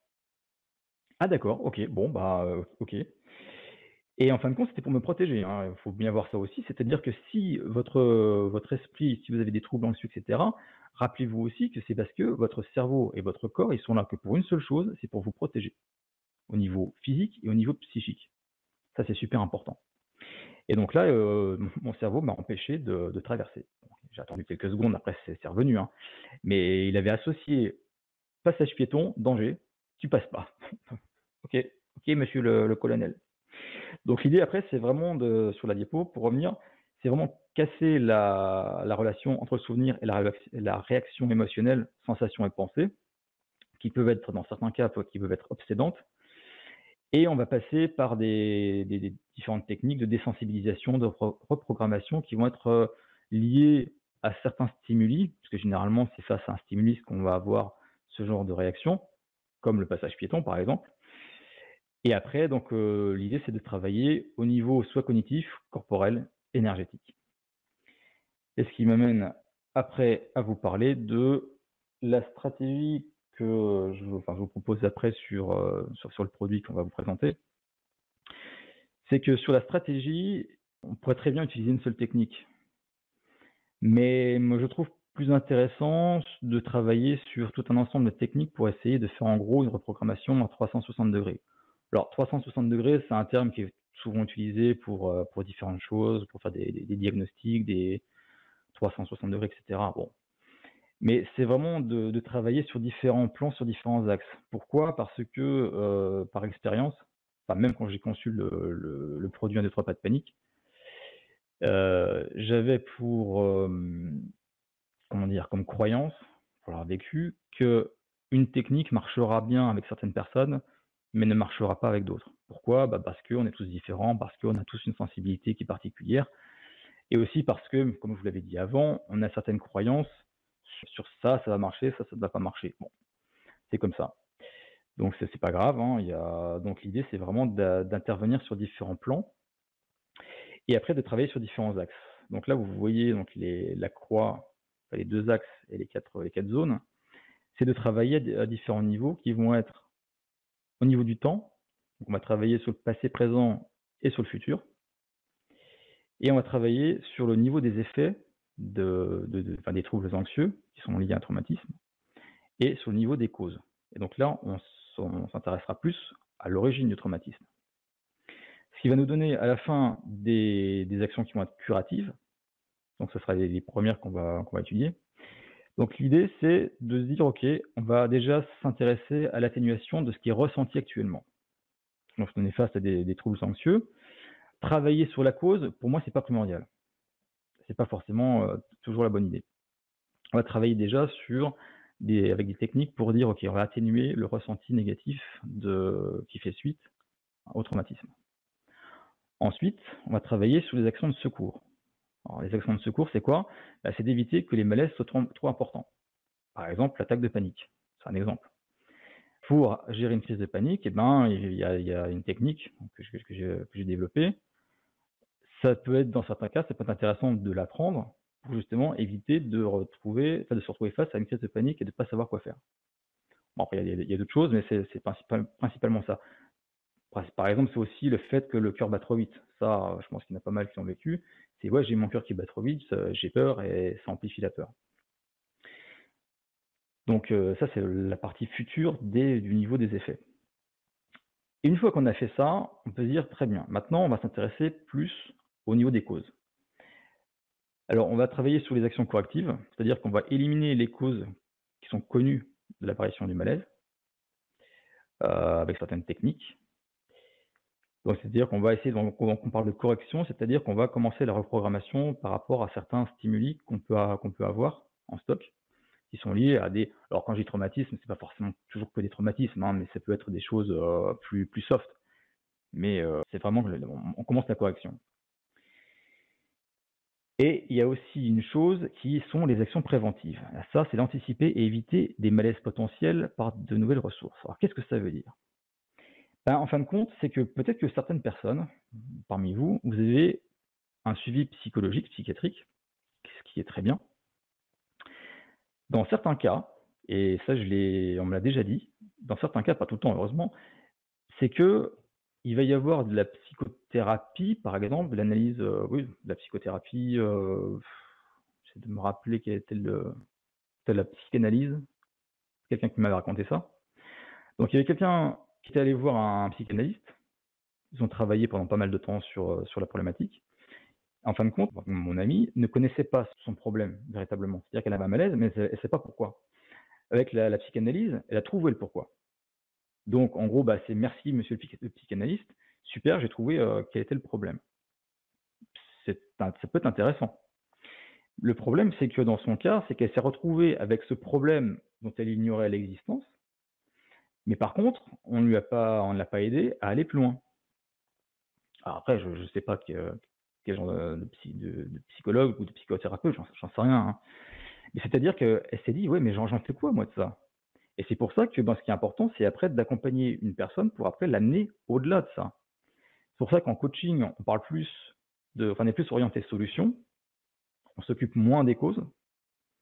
Et si on veut s'occuper des causes, alors là, il faut faire attention parce qu'il va falloir préparer la personne à aller au-delà. C'est-à-dire que bon, je sais ce qui s'est passé, maintenant il faut la préparer pour préparer la personne pour aller plus loin et retravailler sur son futur, sur ses objectifs de vie, sur ses valeurs qu'on avait vu tout à l'heure. Qu'est-ce qui est important pour elle?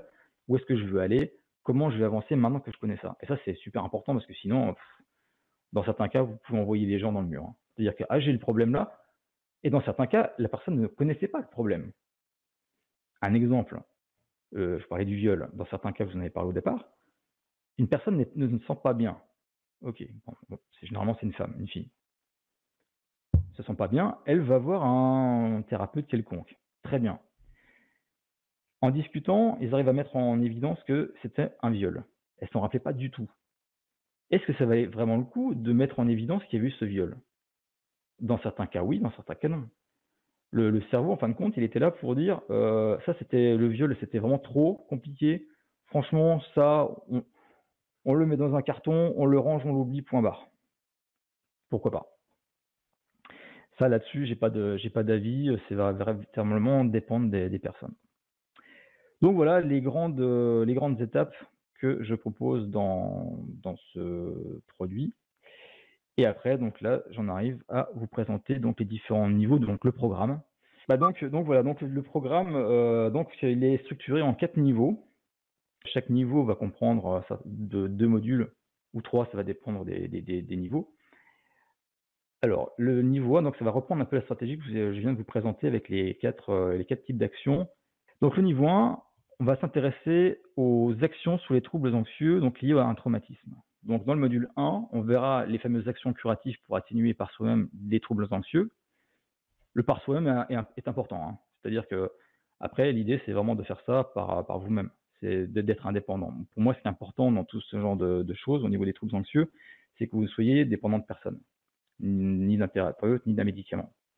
Ça n'empêche pas que, encore une fois, vos traitements médicamenteux, vous les conservez, et ça, il n'y a que le médecin qui peut vous dire oui ou non, vous continuez ou pas. Là-dessus, il n'y a aucun problème. Donc le module 1, donc voilà, les actions curatives. Donc, qu'est-ce qu'il y aura dedans? On va diminuer le terrain anxieux en éliminant ces tensions musculaires inconscientes, avec des techniques. Mais ça, c'est des techniques qui sont simples, hein. Toujours ce que je vais vous présenter, techniques qui sont simples, que vous pouvez faire évidemment par vous-même, mais il n'y a rien de compliqué. Il faut juste, par contre, les apprendre le processus. Après, vous saurez comment déclencher et installer le calme intérieur rapidement. Vous aurez une technique pour vous relaxer, pour vous détendre. Vous aurez aussi, saurez vous détendre la zone du plexus solaire. Je pense que vous connaissez bien cette zone du plexus solaire qui est assez pénible et calmer les sensations désagréables qui s'y manifestent. Et aussi quelque chose qui est important, c'est de se vider l'esprit des tracas du moment. Ensuite, dans le module 2, on verra les fameuses actions de secours que je vous parlais juste avant. Donc là, on parlera de la technique complète pour désamorcer une attaque de panique. Donc c'est en différentes phases, vous verrez. Alors je dis pas que c'est, enfin pour toutes les personnes qui sont passées par là, je sais que il faut un déclic. Il y a un truc qui se passe. Il faut vraiment franchir le pas, mais une fois qu'on l'a franchi, c'est bon quoi. C'est comme comme le Père Noël. Une fois qu'on sait que le Père Noël n'existe plus, après c'est terminé, quoi. Après, les techniques pour gérer une crise d'hyperventilation, de spasmophilie, tétanie. Je fais la distinction, pourquoi? Parce que l'hyperventilation, c'est vraiment quelque chose qui peut être problématique et on n'a pas forcément de crise de panique à ce moment-là.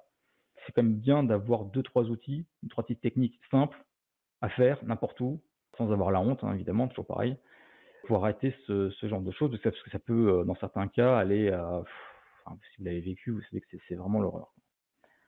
Après, on verra des techniques simples en cas de flashback traumatisant. Bon, là, ce sont quand même des choses relativement simples, hein, attention, hein, on ne va pas aller dans ce sera pas des techniques trop bourrin, mais ça permettra quand même d'atténuer les choses. Et on verra aussi des techniques pour ralentir un cœur qui bat trop vite. Parce que je sais que dans beaucoup de cas, ben, quand on a un cœur qui bat vite, on ne sait pas comment faire, et ça va vite, et ça va encore plus vite quand on ne sait pas comment l'arrêter. Après, dans le niveau 2, donc on verra donc sous les axes des causes d'un traumatisme. Le module 3, donc on verra les actions correctives pour reprogrammer la relation avec le souvenir traumatique. Donc là, vous vous rappelez ce qu'on a vu juste avant sur la relation entre le souvenir et la partie émotionnelle. Donc vous verrez le modèle pour mettre en mots et démystifier une expérience traumatisante. Donc là, on sera plus sur une partie cognitive, parce que c'est pas mal de mélanger les différentes actions. Alors je pense que je ne sais pas si vous connaissez les TCC, les thérapies cognitivo-comportementales.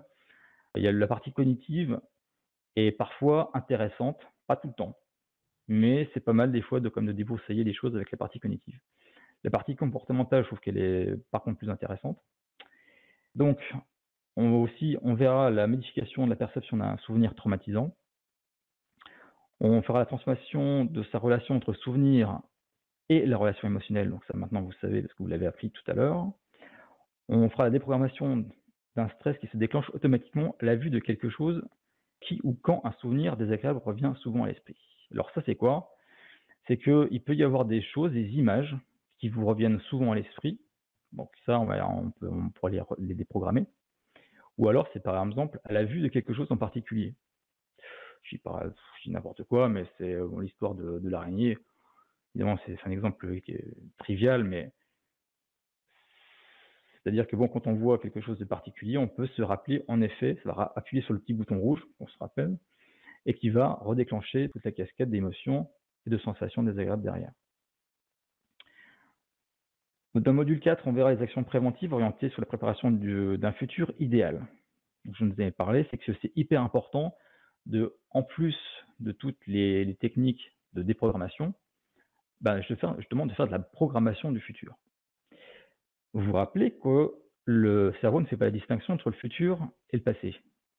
Eh bien, justement, on va travailler en partie là-dessus. Parce qu'on va faire justement la programmation du futur soi idéal. Donc, on va faire de la projection, on va faire de la visualisation positive. Et en fin de compte, vous allez créer votre futur. Il faut déjà l'imaginer pour le faire. Si on n'imagine pas, on n'y va pas. On fera de la préparation émotionnelle à de nouvelles situations stressantes. Il y a une technique qui existe pour faire ça. Pour ceux qui veulent par exemple qui vont passer le bac ou un entretien, etc., ça c'est quelque chose qui marche bien, ça. C'est-à-dire qu'on va contrer l'effet de se dire, ok, je dois passer un examen, j'ai peur et je me fais ce que j'appelle des souvenirs futurs. J'aime bien cette expression. C'est-à-dire que face à une situation qu'on appréhende, on va se créer des scénarios catastrophes. Et ben dans ce cas-là, on fera l'inverse. Ensuite, on verra toutes les étapes de création d'objectifs de vie puissants et vraiment porteurs. C'est-à-dire que quand on crée un objectif, Eh ben, c'est-à-dire qu'il y a des critères. Alors, juste sur une parenthèse rapide, je peux pas vous parler des gilets jaunes parce que ça, c'est pas le lieu, mais juste une parenthèse par rapport aux gilets jaunes, c'est-à-dire que la problématique qu'on voit sur les gilets jaunes en ce moment, c'est qu'il y a il y a un manque d'objectifs clairs. C'est-à-dire qu'ils ne sont pas contents, donc on pourrait le transcrire à je me sens pas bien. C'est qu'on ira jusqu'au bout, ok, mais concrètement, le bout c'est quoi? Le bout il n'est pas clair.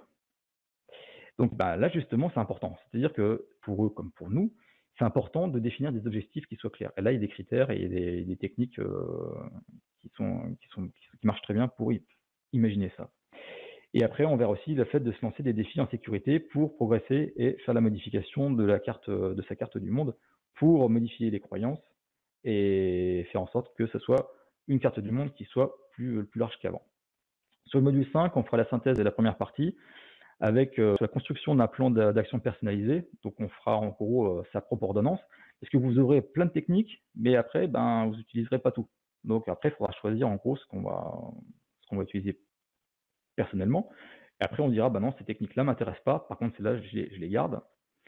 Et vous aurez en gros un rituel que vous pourrez continuer à utiliser pendant des années. Et aussi, en bonus, on verra aussi le langage hypnotique pour l'accompagnement, si vous voulez accompagner des personnes. 2-3 choses qui sont intéressantes. Pourquoi? Parce que il a été démontré que certaines techniques marchent toutes seules, mais quand on fait certaines techniques avec, en gros, l'hypnose, avec le langage hypnotique, eh ben, ça a des avantages, ça a des impacts plus importants. Donc voilà, donc on verra ça. Ensuite, le niveau 3, on va passer à quelque chose qui va être un niveau plus, je dirais, professionnalisant. Alors, entre guillemets, hein. C'est-à-dire que là, on va passer sur, le niveau 3 et le niveau 4, ça va être les deux parties d'une grosse technique. Mais c'est plus qu'une technique, c'est en fait tout un ensemble d'outils, de techniques pour faire de la déprogrammation énergétique d'un traumatisme. C'est-à-dire que là, on va véritablement rentrer avec l'artillerie lourde pour faire en sorte de désensibiliser le traumatisme qui est dans notre cerveau. Donc le niveau 3, ça sera la déprogrammation énergétique d'un traumatisme de niveau 1. Et le niveau 4, ça sera la déprogrammation énergétique d'un traumatisme niveau 2. Alors, dans le niveau 3, vous aurez quoi? Vous aurez donc le module 6, où on verra tous les principes, la routine, et les calibrages et les tests de changement de cette technique. Donc, on verra l'origine et les principes de fonctionnement de la technique, la routine complète, l'utilisation de raccourcis pour aller plus vite, les techniques de calibrage, les tests pour valider les changements après traitement, ça c'est super important, et de techniques avancées complémentaires. Donc, une fois que vous avez ça, déjà, vous pouvez utiliser la technique. Mais après, on ira plus loin parce que ça demande une certaine subtilité qui est vraiment importante. Si on n'a pas cette subtilité-là, dans certains cas, ça ne marche pas. Donc le module 7, c'est là où il y a la subtilité, c'est qu'on verra le ciblage d'un problème et le récit d'une cible. Là, on verra les critères pour cibler précisément un souvenir problématique, la technique pour trouver tous les aspects de la cible à identifier, le protocole d'activation et traitement d'une cible, les 4 techniques de dérouler des récits traumatiques à choisir en fonction de l'intensité du traumatisme, et le traitement d'une résistance inconsciente. Donc là, vous avez bien compris que c'est en fin de compte, c'est que vous serez sur de l'accompagnement là. Vous pourrez le faire sur vous-même, hein, évidemment. Mais en plus, vous serez capable de le faire avec d'autres personnes. Donc, vous pourrez devenir, et c'est ça que je trouve bien, c'est-à-dire que quand vous avez vécu ce genre de traumatisme, je le dis souvent à mes clients, c'est que la meilleure chose que vous pouvez faire derrière, bah, c'est d'aider les autres. Parce que vous allez transformer votre faiblesse en force. Et ça, pour moi, ça n'a pas de prise. Et enfin, donc le niveau 4, donc je vous disais, c'est la déprogrammation énergétique d'un traumatisme de niveau 2, où on verra dans le module 8 les protocoles de traitement de problèmes et la fiche d'intervention. Donc dedans, on verra le protocole complet d'intervention et de traitement d'une cible, la vérification si le problème est complexe, isolé et en réseau, identifier le problème source, le traitement de toutes les cibles d'un niveau, comment moduler l'exposition, enfin le niveau 9, qui va être un petit peu la cerise sur le gâteau, mais qui n'est pas à négliger. Hein. Attention, parce que c'est vraiment pas à négliger du tout. C'est vraiment carrément important. C'est la stabilisation, ressources et douleurs. C'est-à-dire à quel moment utiliser la stabilisation. Donc en gros, la stabilisation, c'est quoi? Bah, c'est de faire en sorte que les personnes qui sont accompagnées ne partent pas dans des problèmes anxieux sur, comment dire, sur une. Je repense à un problème, c'est bon, je refais une crise. Donc on verra 6 techniques de stabilisation d'accompagné, l'installation de nouvelles ressources. Donc ça, c'est le lien avec ce qu'on a vu avant, hein, vous avez vu. C'est-à-dire que on parlait du futur de la personne, il faut aussi l'aider à travailler sur de nouvelles ressources. Les ressources, c'est des ressources émotionnelles, principalement dans ce cas. On verra aussi le traitement des douleurs, c'est-à-dire qu'on peut travailler cette technique pour diminuer des douleurs. Et enfin, on verra une technique pour enlever des croyances limitantes. Et enfin, le module 10, qui sera la synthèse de la deuxième partie, c'est qu'on travaillera sur l'anamnèse. Donc en fait, c'est quoi? C'est des questions à poser en amont d'une intervention. Donc en gros, c'est comme le médecin vous pose des questions au départ, bah, c'est ça. On verra la fiche d'intervention complète. Donc en fait, ça c'est un document, vous avez tout qui est mis, hein. Vous avez les questions, vous avez la structure, vous avez avec des tableaux. Donc c'est très complet et on pourra faire aussi la simulation d'une séance complète. Et voilà pour tout ce que j'avais à vous dire. Donc je vous remercie pour votre attention et je repasse la parole à Bertrand pour les questions. Ok, est-ce que vous avez des... Attention, Bertrand va nous réveiller. C'est pas l'objet de te réveiller, Nat. Voilà, on commence une première question de Monique. Quelles sont les thérapies les plus efficaces pour aider la guérison? Euh, déjà la réponse, elle va être, compliquée dans le sens où ça va dépendre des personnes. Déjà, il y a pas mal de choses qui fonctionnent. Après, vous voyez aussi au niveau des informations, hein, je veux dire, après, il y a des choses qui ne sont pas forcément secrètes. On peut voir, par exemple, je sais pas, sur les journaux télévisés de certaines chaînes connues, où ils parlent de certaines techniques. Par exemple, les TCC, les thérapies cognitivo-comportementales, quelque chose qui sont connues. Il y a pas mal de choses dedans qui peuvent fonctionner. Mais après, ça va vraiment dépendre des personnes. Par exemple, personnellement, la partie plutôt cognitive, pour moi, j'aurais un peu de mal. Mais il s'avère que pour certaines personnes, ça va mieux marcher que pour la partie comportementale. Après, ça va, si véritablement, enfin, déjà la première chose à faire de toute façon, c'est déjà de demander à son médecin et peut-être même de voir si, justement, je peux en parler de partie commerciale, parce que je peux comprendre aussi, hein, c'est vrai que la partie commerciale peut peut-être agacer certaines personnes, mais encore une fois, si vous allez voir votre médecin et qu'il vous prescrit d'aller voir d'un psychiatre, très bien, hein, parce que ce sont aussi des professionnels et qui sont remboursés par la sécurité sociale, donc c'est vraiment important, on va pas cracher dessus, loin de là. Après, un psychiatre et psychologue peuvent utiliser des techniques que des coachs ou autres peuvent utiliser aussi. J'ai une amie qui est psychologue de formation et qui utilise des techniques que moi j'utilise. Et après, ça va dépendre aussi de la sensibilité du thérapeute. Donc, après te dire quelles sont les meilleures techniques, c'est impossible de dire que cette technique-là va marcher sur telle personne. C'est impossible. Il faut l'essayer, il faut voir. Si ça ne marche pas, on va essayer une autre. Et ce qui est important, c'est de changer d'axe de la technique. Si c'est une technique, par exemple, qui est sur je sais pas, sur la respiration, par exemple, pour ça, certaines personnes, ça va être comment dire, suffisant. Après, si c'est une technique plus corporelle, ça va être aussi suffisant. Mais après, le fait de combiner les choses, ça peut être plus intéressant. Donc, il n'y a pas forcément de réponse toute faite, et c'est ce qui fait, entre guillemets, ça va être pompeux, mais c'est l'art de cette discipline. Quand je dis l'art, je parle aussi des médecins, des psychiatres, hein, c'est pas forcément toujours évident, quoi. Est-ce qu'il y a d'autres questions? Alors, oui, alors, attends, je te coupe juste, je vois quelque chose, je vois Nat qui dit il n'y a pas que les techniques, mais surtout le thérapeute. Et ça, c'est une remarque intéressante, parce qu'en effet, le thérapeute va avoir une grosse influence sur la guérison. Parce que, par exemple, avec certaines personnes, je parle de moi par exemple, avec certaines personnes, ça passera très bien, et avec d'autres personnes, ça ne passera pas du tout. Bah, ça arrivera. C'est pas grave, c'est comme ça. Pourquoi? Parce que le thérapeute, en effet, il faut qu'il ait l'intention de guérir. Ça, c'est quelque chose qui est vraiment primordial. Alors, il y a certaines explications qui voudraient, ça je sais pas. Franchement, je sais pas si c'est vrai ou pas, mais il y a certaines personnes qui voudraient expliquer que peut-être l'intention du thérapeute a une incidence concrète sur la guérison à un niveau, je sais pas, un niveau, on va dire quantique ou j'en sais rien, mais peut-être. Ça, on n'a pas de preuve là-dessus, mais c'est vrai que plus le thérapeute sera enclin à vouloir guérir son patient, plus ça marchera. Mais il n'y a pas de preuve derrière. Mais pour dire que le choix du thérapeute, c'est quelque chose de capital. Si ça ne marche pas, changer de thérapeute. C'est pas, c'est difficile, c'est pas possible de pouvoir guérir comme ça.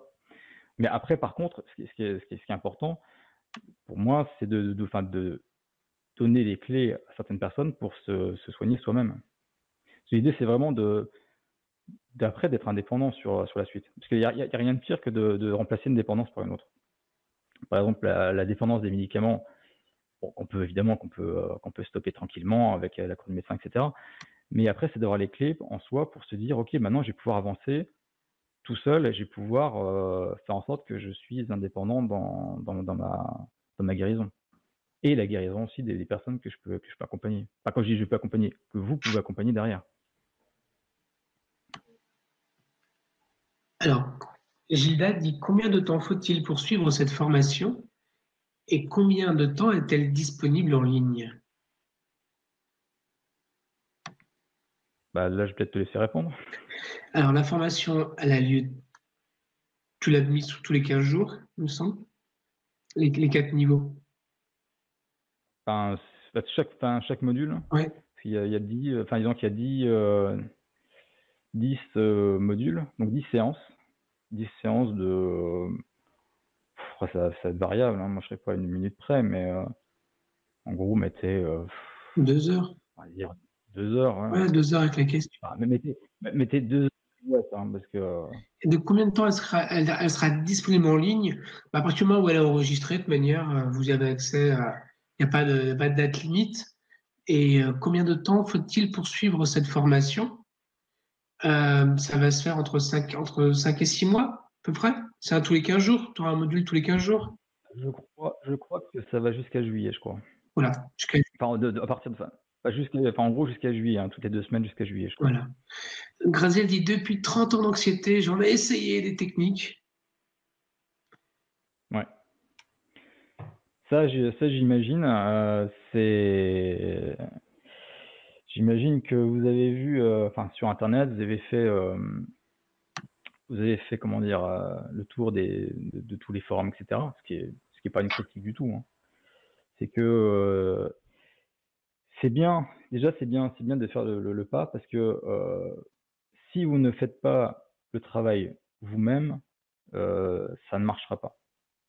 Alors pourquoi ça ne marchera pas? C'est-à-dire qu'il faut il faut comprendre quelque chose, c'est que on a tous l'habitude, alors je parle de la France, hein, mais bon, à mon avis, c'est à peu près pareil dans tous les pays équivalents, c'est qu'on a traditionnellement, peut-être pas le Québec, Bertrand, peut-être que tu me diras le contraire, mais en France, on a l'habitude d'aller chez le médecin et de dire, voilà, je ne vais pas bien pour X raison, et on va avoir des médicaments qui vont nous aider. Encore une fois, c'est de l'aide et il faut pas cracher dessus, parce que certaines personnes me disent, ouais, mais j'ai pas envie de prendre les antidépresseurs, j'ai pas envie de prendre l'anxiolytique, etc. Je leur dis, si le médecin vous l'a dit, prenez-le. Parce que je sais ce qui est derrière. Je sais qu'il y a une notion de honte et de se dire, ouais, mais je me sens faible quand je prends ça. Non, je comprends hein, l'idée. Mais en fait, c'est pas grave, quoi. Personne ne le sait que vous le prenez. Soyez bienveillant avec vous-même. Soyez, ouais, c'est pas grave. Personne ne le sait, point barre. Donc par contre, ça va être important. Pourquoi? Parce que ça va vous aider pendant un certain temps. Après, vous pourrez l'arrêter si vous en avez envie. Mais par contre, il faut mettre en route votre dynamique personnelle. C'est comme arrêter de fumer, hein. J'ai jamais fumé, mais c'est-à-dire qu'il faut mettre en route votre envie pour travailler. Parce que ça va pas partir comme ça. Retenez bien que les médicaments, que ce soit anxiolytique, antidépresseur ou bêta-bloquant, ça ne va pas faire disparaître le problème. Alors, petite anecdote, c'est que tout à l'heure, j'ai vu que il était sorti sur France 2 un reportage sur la pilule miracle pour enlever les chagrins d'amour. Alors je fais ah ouais, ça existe? Bah je me suis dit bah tiens, ça m'intéresse. Et donc ils ont donné le médicament, donc la pilule, attends, la pilule miracle, hein. Ouais, il y a quelques Et années, là, j'aurais ils pu disent, en acheter, hein. non, attends, et en fait, ils disent, en fait, c'est le propanolol. Alors le propanolol, pour ceux qui connaissent, en fin de compte, c'est un bêta-bloquant que je connais très bien. Bon, donc en fin de compte, et donc ils ont démontré, alors peut-être qu'il y a une étude, hein, je ne mets pas en cause l'étude, mais je me suis dit, tiens, ils parlent de pilule miracle pour dire que ça peut enlever comment ça s'appelle, les chagrins d'amour. Bon, pour moi, a priori, ça n'a pas marché, hein. Mais alors, bon, donc c'est un bêta-bloquant, on peut enlever ça, ok, mais bon, parce que dans certains cas, justement, le stress, peut-être que certaines personnes, vous prenez du bêta-bloquant. Bon. C'est pareil, hein, c'est quelque chose qui peut aider dans un certain moment. Après, est-ce que il faut le prendre toute sa vie? Bon, ça, c'est à voir avec le médecin. Enfin, c'était juste une petite parenthèse. Alors, Elisabeth dit pour l'autre question. Alors, première question, c'était est-ce qu'il y a un problème survient, un bug, et c'est pire qu'avant? Enfin, si on n'avance pas, est-ce que vous allez être joignable? Oui, Elisabeth, ça c'est un engagement que prennent tous les intervenants sur Nouvelle Vie, c'est d'être disponible par email avec les clients qu'on peut avoir. Parce qu'on a la contrainte de la distance, c'est un avantage pour des questions de coût, mais c'est une contrainte par la distance, donc on change cette contrainte-là par de la proximité, au moins par mail. Et puis pour certains, des fois, ils acceptent même le téléphone. Voilà, ça dépend dans quel cadre ça se fait, voilà, tout simplement. Alors, juste par rapport à ça, bon, c'est pas pour faire de la pub, hein, loin de là, hein. C'est que sur 1, 2, 3 pas de panique, donc le produit que j'ai créé, qui est toujours sur Internet, hein, d'ailleurs, j'ai jamais laissé tomber quelqu'un.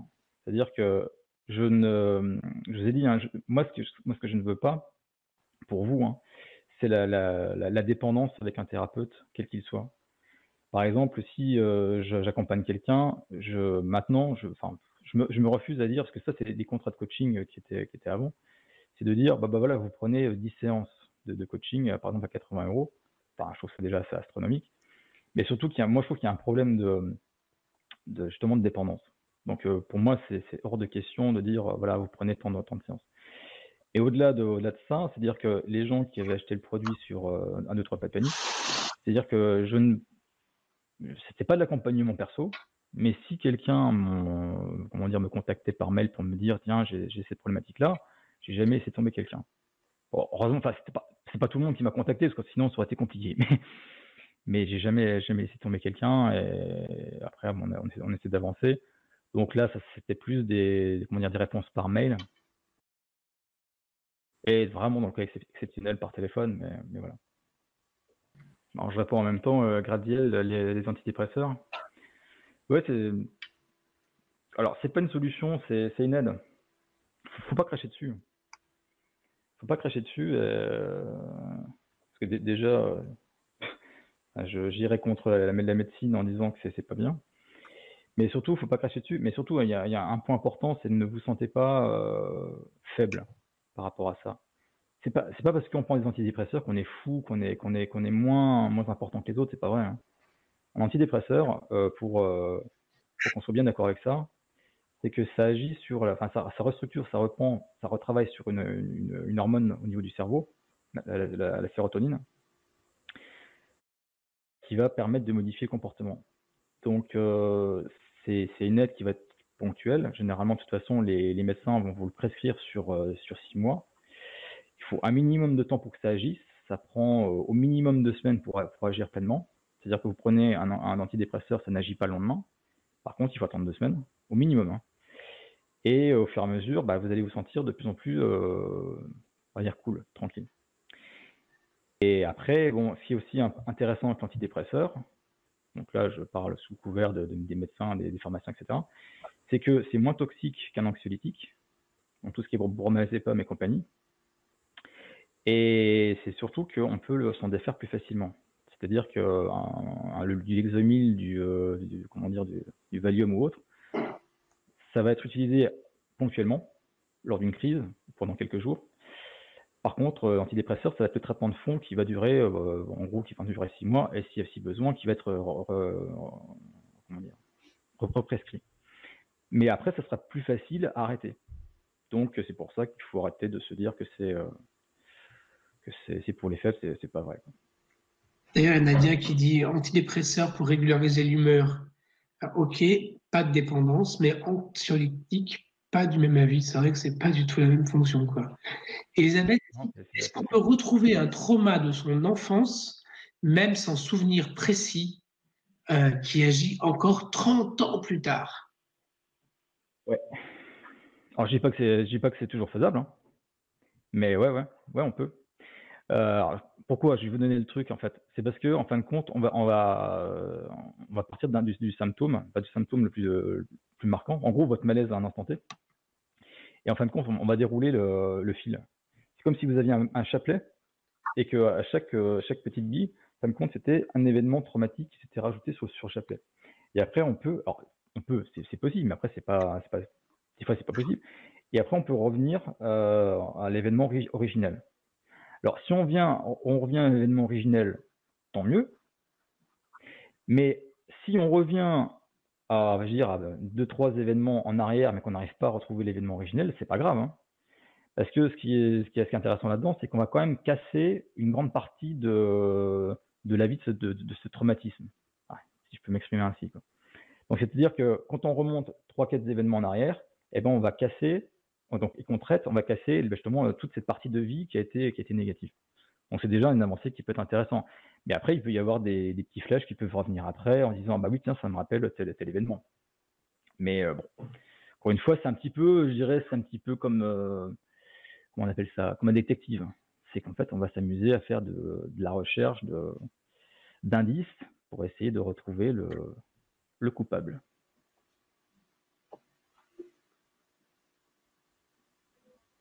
Edith dit arrêtez de préconiser plantes ou médicaments. Il faut être prudent avec ça. Certaines personnes font n'importe quoi, merci. Edith, tu as bien raison, ça peut être des compléments alimentaires naturels, des plantes, des médicaments. Ils ont Après, oui, après, oui, enfin, je suis d'accord, hein, je suis d'accord avec Edith, mais après les autres, j'aime pas critiquer les personnes de toute façon, parce que pourquoi? Edith, vous avez raison de dire que c'est dangereux. Et après, les personnes qui en parlent, je pense elles n'ont pas, comment dire, n'ont pas tort, n'ont pas mauvais fond. Pourquoi? Parce que je pense que quand on a vécu certaines choses et que quelque chose marche pour nous, on se dit, bah, peut-être que ça peut marcher pour les autres. Donc, sur l'intention, je dirais qu'elle est positive, hein. Après, c'est vrai que par contre, ça marche pas avec tout le monde. C'est-à-dire que, et c'est comme les techniques, hein. Quand on parle de l'homéopathie ne marchera pas avec tout le monde. Parce qu'il y a certaines personnes qui justement, on peut parler rapidement de l'effet placebo. Alors, je vais me faire taper dessus si je dis qu'après que l'homéopathie c'est d'effet placebo. Mais cet effet placebo et l'effet nocebo, c'est quelque chose comme qui marche véritablement. C'est-à-dire que on peut vous filer un médicament, n'importe lequel, même du Lexomil ou j'en sais rien, du Valium ou autre, et parce que vous avez la certitude en vous que ça ne marchera pas sur vous, ben, le corps est tellement bien foutu que ça ne marchera pas sur vous. Et ça, par contre, c'est vérifié, hein. Il y a des médecins qui se retrouvent confrontés à ce genre de choses, où ils donnent un médicament qui agit, hein, on le sait, c'est des choses qui marchent bien. Et après, sur certaines personnes, ça ne marche pas. Et pourquoi? Parce que on a un cerveau, un corps qui est tellement, je dirais, magnifique dans sa façon de fonctionner, qu'on est capable de se dire non, ce médicament-là ne marchera pas. Et ben non, il ne marchera pas. Et ben c'est fort. Donc, il faut voir aussi des effets justement placebo qui marchent très bien et nocebo, il faut en prendre conscience et les intégrer dans toute thérapeutique quelle qu'elle soit. Ça peut être les médicaments ou les techniques, hein, des techniques plus psychologiques. Si vous êtes persuadé que ça ne marchera pas, ça ne marchera pas. Tipeee n'a pas marché pour moi, dit Elisabeth. Tipeee, je connais. Euh, si ça n'a pas marché sur vous, c'est peut-être possible. Tipeee, comment dire, enfin si j'utilisais sur moi, j'ai trouvé compliqué. J'aime pas critiquer, hein, c'est pas de la critique, mais je la trouve difficile à appliquer soi-même. Tipeee, enfin pour moi, il faut véritablement qu'il y ait quelqu'un qui accompagne les gens, parce que soi-même, je trouve que c'est difficile, c'est difficile. Mais bon, après, peut-être que ça marche sur certaines personnes, mais je peux comprendre qu'elle n'ait pas marché sur vous. 5 ans, il disait que je n'en veux pas, j'ai peur d'être malade. C'est son fils qui a refusé la médication pendant des années, pendant 5 ans, je pense. Il a essayé 2 fois, il vomissait ses tripes même à jeun. Ouf. Ouais, je comprends. Ils disent bonne nuit, ma bonne. Alors à 5 ans, alors, il a 5 ans, ça va, il a 5 ans, c'est ça, hein. Mais si je comprends qu'il a 5 ans, c'est vrai que c'est jeune, hein, 5 ans d'avoir cette réaction. Mais par contre, ça montre bien qu'en effet, on peut avoir des réactions qui peuvent être bizarres, hein. Quand je dis bizarre, c'est pas méchant. C'est-à-dire qu'en effet, si à 5 ans, parce qu'à 5 ans, on est en à peu près en début de primaire, presque, enfin maternelle primaire, c'est vrai qu'on peut déjà avoir des réactions qui peuvent être particulières. Donc un tempérament qui peut être bien trempé, ou peut-être qu'on a entendu pas mal de choses. On est dans la phase comment dire, de consolidation de l'identité de la personne. Donc oui, donc je trouve que c'est pas déconnant, hein. Ah non, il a refusé la médication pendant 5 ans, d'accord. Ok, d'accord. Est-ce qu'on peut soigner les traumas cause de maladie? Alors ça, c'est pas forcément évident de répondre, parce que alors je sais pas ce que t'entends. Alors Gilda, je sais pas ce que t'entends par là exactement. Mais alors c'est sûr par contre, il y a une relation qui est qui est pas forcément démontrée tout le temps, mais qui est sous-jacente. C'est que en effet, il y a certains traumatismes qui peuvent engendrer des maladies. Alors ce qui est marrant, c'est un de mes médecins, enfin un ancien médecin, qui m'avait dit, tiens, il y a un truc qui est marrant, enfin marrant entre guillemets, hein, c'est que quand les gens partent à la retraite, eh ben dans certains cas, alors je dis pas que c'est tout le temps heureusement, mais dans certains cas, alors il y a des gens qui étaient en super forme, donc il y a des gens qui étaient suivis par le médecin, et puis du jour au lendemain, ils sont en retraite et ils vont voir le médecin, j'ai une maladie, enfin je me sens pas bien, et toc, un cancer. Alors je souhaite à personne, évidemment, et je dis pas qu'un traumatisme va causer des cancers. Mais il me disait, c'est lui qui me disait, hein, il me disait, ça c'est bizarre, mais ça montre quand même qu'il y a quand même un lien, bon, on le sait, hein, c'est qu'il y a un lien qui est évident entre l'esprit et le corps. Enfin, maintenant qu'il est démontré, hein, on ne dit pas ça comme par hasard, maintenant ça a été démontré. Mais ça montre la puissance du cerveau sur le corps et vice-versa. Donc en effet, on peut avoir des cas où c'est bien de soigner ces traumatismes psychiques pour éviter d'avoir des traumatismes, des problématiques, des maladies. Ça, on est bien d'accord. Alors, donc la maladie comme la fibro, la CEP. Ouais, donc oui, donc il peut y avoir des liens, donc sous couvert des médecins, parce que ça je pourrais pas le dire. Mais oui, pour ce que moi j'ai entendu, oui, il y a des liens avec, dans certains cas, pas tout le temps, hein. Et il y a des liens avec la cause psychologique. Après, il y a des causes génétiques, mais dans certains cas, pas tous, parce que il n'y a jamais une réponse totale, surtout sur la CEP. Dans certains cas, oui, il y a une partie psychologique, ouais. Alors Kiona, j'ai un troisième cancer, je sais exactement aujourd'hui d'où il vient, grâce au travail d'hypnose, de revenir au traumatisme, de rejouer les scènes différemment en y remettant de la lumière. Oui, bah voilà, donc ça c'est une technique, ouais. C'est un travail difficile parce que l'on fait face à l'histoire devenue trauma. J'ai un nouveau cancer qui explique mes traumas non transformés. Je vais guérir, je comprends maintenant, je me soigne naturellement depuis 1 an grâce à cela. Je suis plus proche de mon histoire, je me désintoxique physiquement, émotionnellement et spirituellement. Alors oui, ça c'est un cas qui peut arriver et c'est, encore une fois, est-ce qu'il y a un lien entre toujours entre la partie psychologique et la maladie? C'est toujours difficile à dire. Et je ne sais pas si c'est quelqu'un qui pourra vraiment le déterminer, mais c'est vrai que dans certains cas, oui, ça peut être ça. Et c'est important, en effet, d'avoir plusieurs axes pour travailler la partie médicaments, qui, encore une fois, qu'il ne faut pas arrêter, mais de travailler sur la partie psychologique pour faire en sorte de se sentir bien avec soi-même. Et dans certains cas, dans le cas d'Iona, d'essayer de retrouver des causes.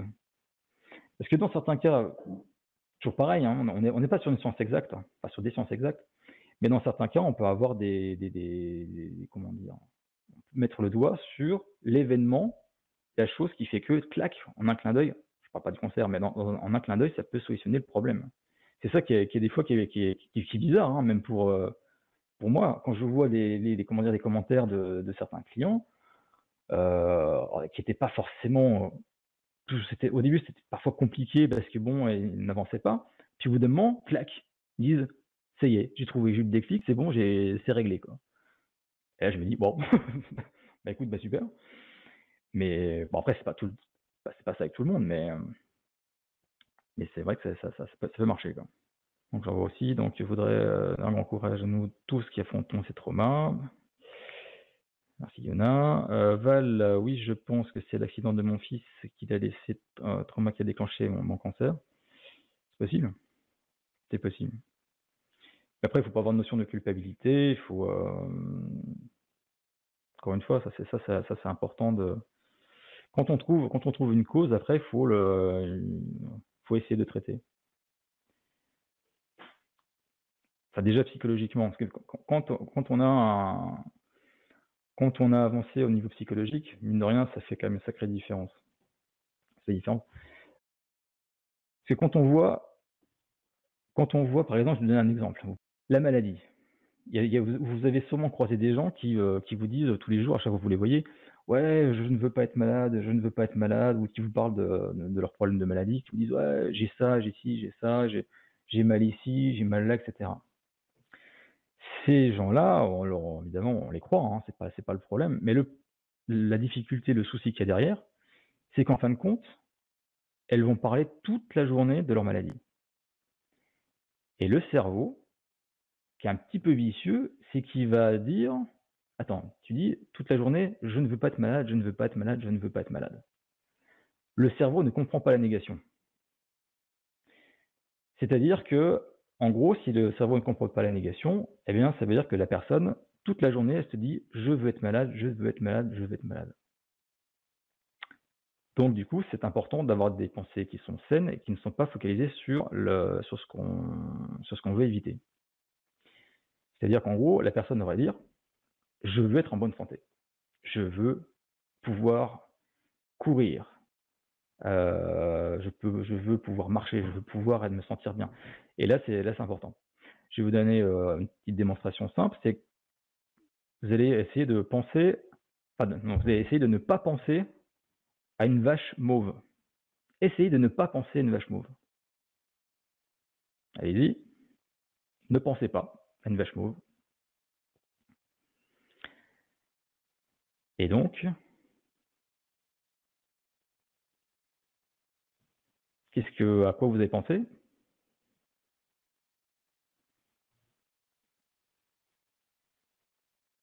Non, mais logiquement, c'est que si je vous dis ça, c'est qu'en fait, vous avez dû penser à une vache mauve.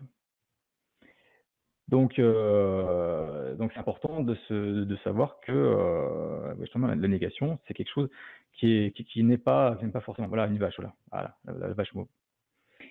Donc, ça, c'est un petit truc aussi, hein, c'est-à-dire que essayez dans votre vie quotidienne d'éviter tout ce qui est négation et essayez aussi de ne pas faire de questions négatives. Par exemple, les questions interro-négatives, c'est chiant. C'est par exemple, Tu n'as pas froid? Euh, euh, Ça, c'est le genre de questions qui sont compliquées à répondre, quoi. Donc voilà, donc ça c'est quelque chose qui est important. Ouais, c'est ça, donc il y en a, ouais, c'est ça. Ouais, donc quand on pense que je suis malade, en fait on invite la maladie encore et encore, ouais, c'est ça. Ouais. Donc vas-y, je te laisse la parole. Ah, toi, t'as joué au rugby, toi. Ah non. Ah, j'adore. J'adore ça. Est-ce que vous avez d'autres questions? Alors, Gilda qui dit, est-ce que l'offre est valable 2 ou 3 jours? Oui, oui, Gilda. Valable jusqu'à la fin du week-end, mais donc t'as le temps d'y réfléchir. S'il n'y a pas d'autres questions, mais en fait, je suis même pas sûr qu'il y ait d'autres questions parce que tout bug de manière. Bon, alors, on vous laisse, on va en arrêter là et on va souhaiter une belle soirée à tout le monde et un grand remerciement à Fred pour cette conférence. En tout cas, si vous n'avez pas plus de questions, bah, merci d'avoir été là, d'avoir participé, d'avoir joué le jeu. Donc Élise, merci Élise pour. Ah, elle est québécoise, Élise. Oui, c'est quelqu'un avec qui j'ai, comment dire que, on va dire une cliente. Donc on a pas mal échangé, donc c'est pour ça que je lui fais un coucou particulier. Et je lui remercie d'avoir été présente. Bon, Allez, Frédéric, oui. je te laisse dire les derniers mots. Et moi, je te remercie personnellement. Et Ok. Eh bien, merci Bébert. Merci. Bon, merci à tout le monde. Là, je vois que vous nous remerciez tous. Là, donc je vous remercie aussi pour vos remerciements. Si ça vous apportait quelque chose, parce que bon, enfin, moi je vais être clair, hein, dire si cette petite conférence vous apportait quelque chose, pour moi c'est essentiel. Après, si on se retrouve après, tant mieux, mais ne voyez pas non plus le côté trop commercial derrière. C'était aussi pour vous donner quelque chose pour échanger sur certains points qui peuvent vous aider. Parce que des fois il suffit de rien. Hein. Si en gros l'histoire de la dissociation a pu aider, je sais pas, il y aurait 3-4 personnes, que ça leur suffit, moi c'est bon. J'ai rempli le boulot, je suis content. Hein. Donc après ça me suffit, quoi. Donc voilà, gardez bien en tête que la partie psychologique, en effet, est beaucoup plus puissante qu'on peut l'imaginer et travailler dessus, c'est quelque chose d'important. Voilà. donc, merci à vous tous et vous toutes qui avez suivi le webinaire. Merci à Frédéric. Ce que j'aime bien chez Frédéric, c'est que c'est toujours très structuré. Donc, c'est un programme qui est structuré. Donc, il y a un vrai processus d'accompagnement. Vous avez compris que Frédéric, par son histoire, a souffert de ces sujets-là. Du coup, bah, pour lui, c'est veut dire beaucoup le fait d'aider et d'accompagner les autres. Donc, vous avez quelque chose qui est structuré avec un garçon profondément empathique qui a envie de faire en sorte que vous puissiez vous en sortir, ce qui est plutôt une bonne nouvelle. Et ce que tu as donné là, au regard du programme sur les différents niveaux, c'est un apéro, quoi. C'est un apéro Oui, sympathique, mais c'est un apéro. C'est juste ça qu'il faut prendre conscience dans l'histoire. Ce qui est bien, c'est que tout le reste est structuré comme ça. Hein. Frédéric a fait des supports et les choses sont carrées. Et par défaut, d'ailleurs, il est carré. Tu es carré dans ta façon d'apporter les choses. Tu aimes les mots justes, tu aimes les choses précises, spécifiques, comme dirait l'autre. Et j'embrasse tout le monde et à très, très, très, très bientôt. Merci à tous et à bientôt pour les personnes que je retrouverai. Frédéric, bonne nuit, à bientôt. Ok. Allez, bye bye tout le monde. Ciao.